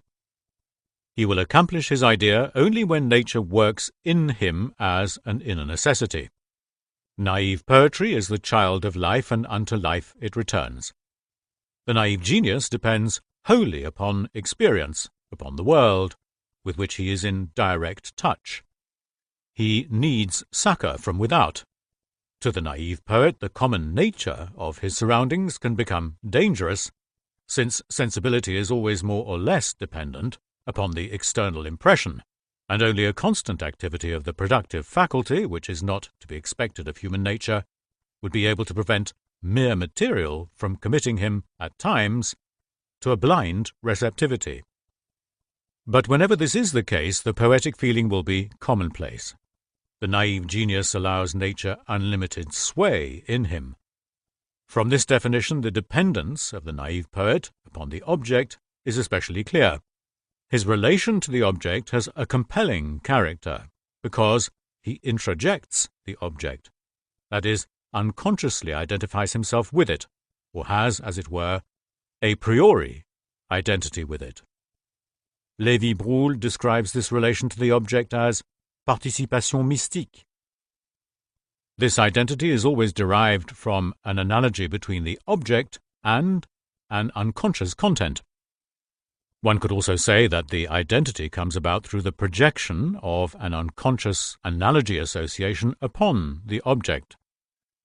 An identity of this nature has always a compelling character, because it is concerned with a certain libido sum, which, like every libido discharge, working from the unconscious, has a compelling character in relation to the conscious. That is, it is not disposable to consciousness. The naive attitude is therefore in a high degree conditioned by the object. The object operates independently in him, as it were. It fulfills itself in him because he himself is identical with it. To a certain extent, therefore, he gives his function of expression to the object, and presents it in a certain way, not in the least actively or intentionally, but because it is represented in him. He is himself nature. Nature creates in him the product. He allows nature to hold absolute sway in him. Supremacy is given to the object. To this extent is the naive attitude extroverted. B. The sentimental attitude. We mentioned above that the sentimental poet seeks nature. He reflects upon the impression objects make upon him, and upon that reflection alone is the emotion based with which he himself is exalted, and which likewise affects us. Here the object is related to an idea, and from this relation alone his poetic power is derived. He is always involved with two opposing presentations and sensations, with reality as a finite boundary, and with his idea as an infinite. The mixed feeling that he provokes will always bear witness to this dual origin. The sentimental mood is the result of the effort to reproduce the naive sensation in accordance with its content, under the conditions of reflection. Sentimental poetry is the product of abstraction. As a result of his effort to remove every limitation from human nature, the sentimental genius is exposed to the danger of abolishing human nature altogether, not merely mounting, as he must and should, above every sort of defined and restricted reality to the farthest possibility, to idealize, in short, but even transcending possibility itself, in other words, to become fantastical. The sentimental genius forsakes reality in order to rise to the world of ideas and command his material with greater freedom. It is easy to see that the sentimental poet, in contrast with the naive, is characterized by a reflective and abstract attitude towards the object. He reflects about the object because he is abstracted from it. Thus he is, as it were, severed from the object, a priori as soon as his production begins. It is not the object that works in him, but he himself is operative. He does not, however, work inwardly into himself, but outwardly beyond the object. He is distinct from the object, not identical with it. He seeks to establish his relation to it, to command his material. Proceeding from this, his separateness from the object, there comes that impression of duality which Schiller refers to. For the sentimental poet creates from two sources, namely from the object or from his perception of it, and from himself. The external impression of the object is, for him, not something unconditioned, but material which he handles in accordance with his own contents. Hence he stands above the object, and yet has a relation to it. It is not, however, the relation of impressionability, but of his own free choice he bestows a value or quality upon the object. His is therefore an introverted attitude. With the designation of these two attitudes as introverted and extroverted, we have not, however, exhausted Schiller's idea. Our two mechanisms are basic phenomena of a rather general nature, which only vaguely outline the specific. For the understanding of the naive and sentimental types, we must call two further principles to our aid, namely the elements sensation and intuition. I shall discuss these functions in greater detail at a later stage. I only wish to say at this point that the naive is characterized by a preponderance of the sensational element, the sentimental by the intuitive. Sensation fastens to the object, it even draws the subject into the object. Hence for the naive type, the danger consists in his subjection to the object. intuition being a perception of one's own unconscious processes, withdraws from the object. It mounts above it, ever seeking to command its material and to shape it, even violently, in accordance with a subjective viewpoint, though without awareness of the fact.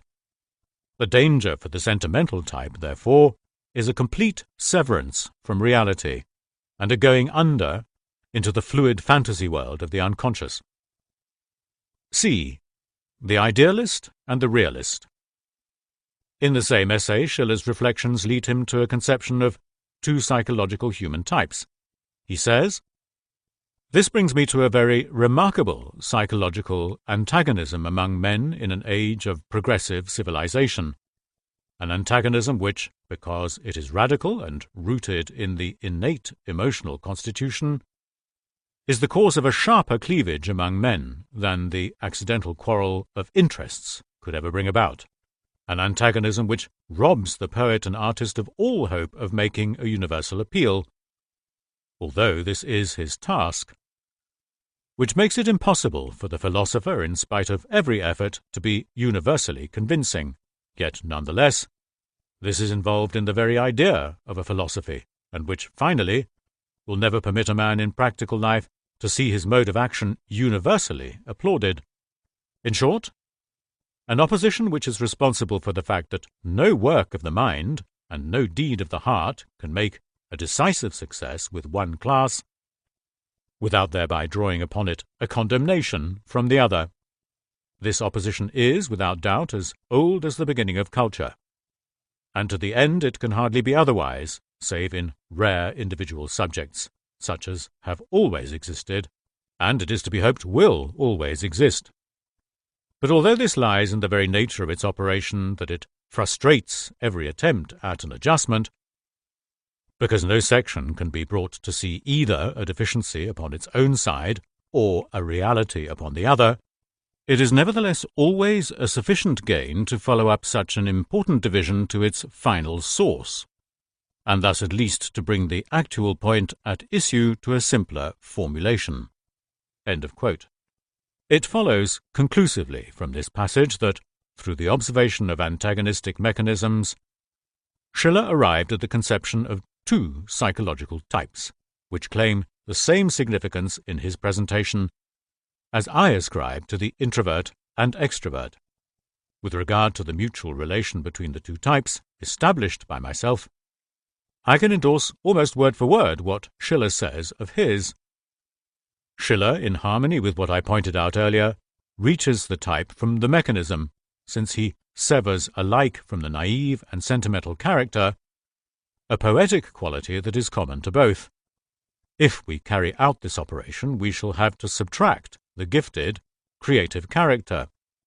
Then to the naive poet there remains the hold to the object and its autonomy in the subject, while to the sentimental there remains the superiority over the object, which is expressed in a more or less arbitrary judgment or treatment of the object.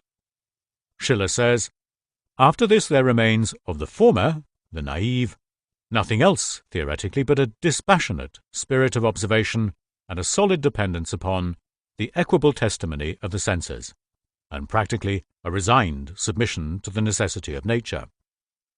Of the sentimental character there remains nothing but a restless spirit of speculation, which insists upon the unconditioned in all cognitions, and in practice a moral severity which insists upon the absolute in every act of will.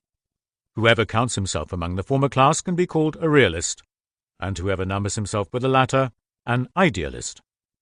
End of quote. Schiller's further elaborations concerning his two types refer almost exclusively to the familiar phenomena of the realistic and idealistic attitudes, and are therefore without interest for our investigation.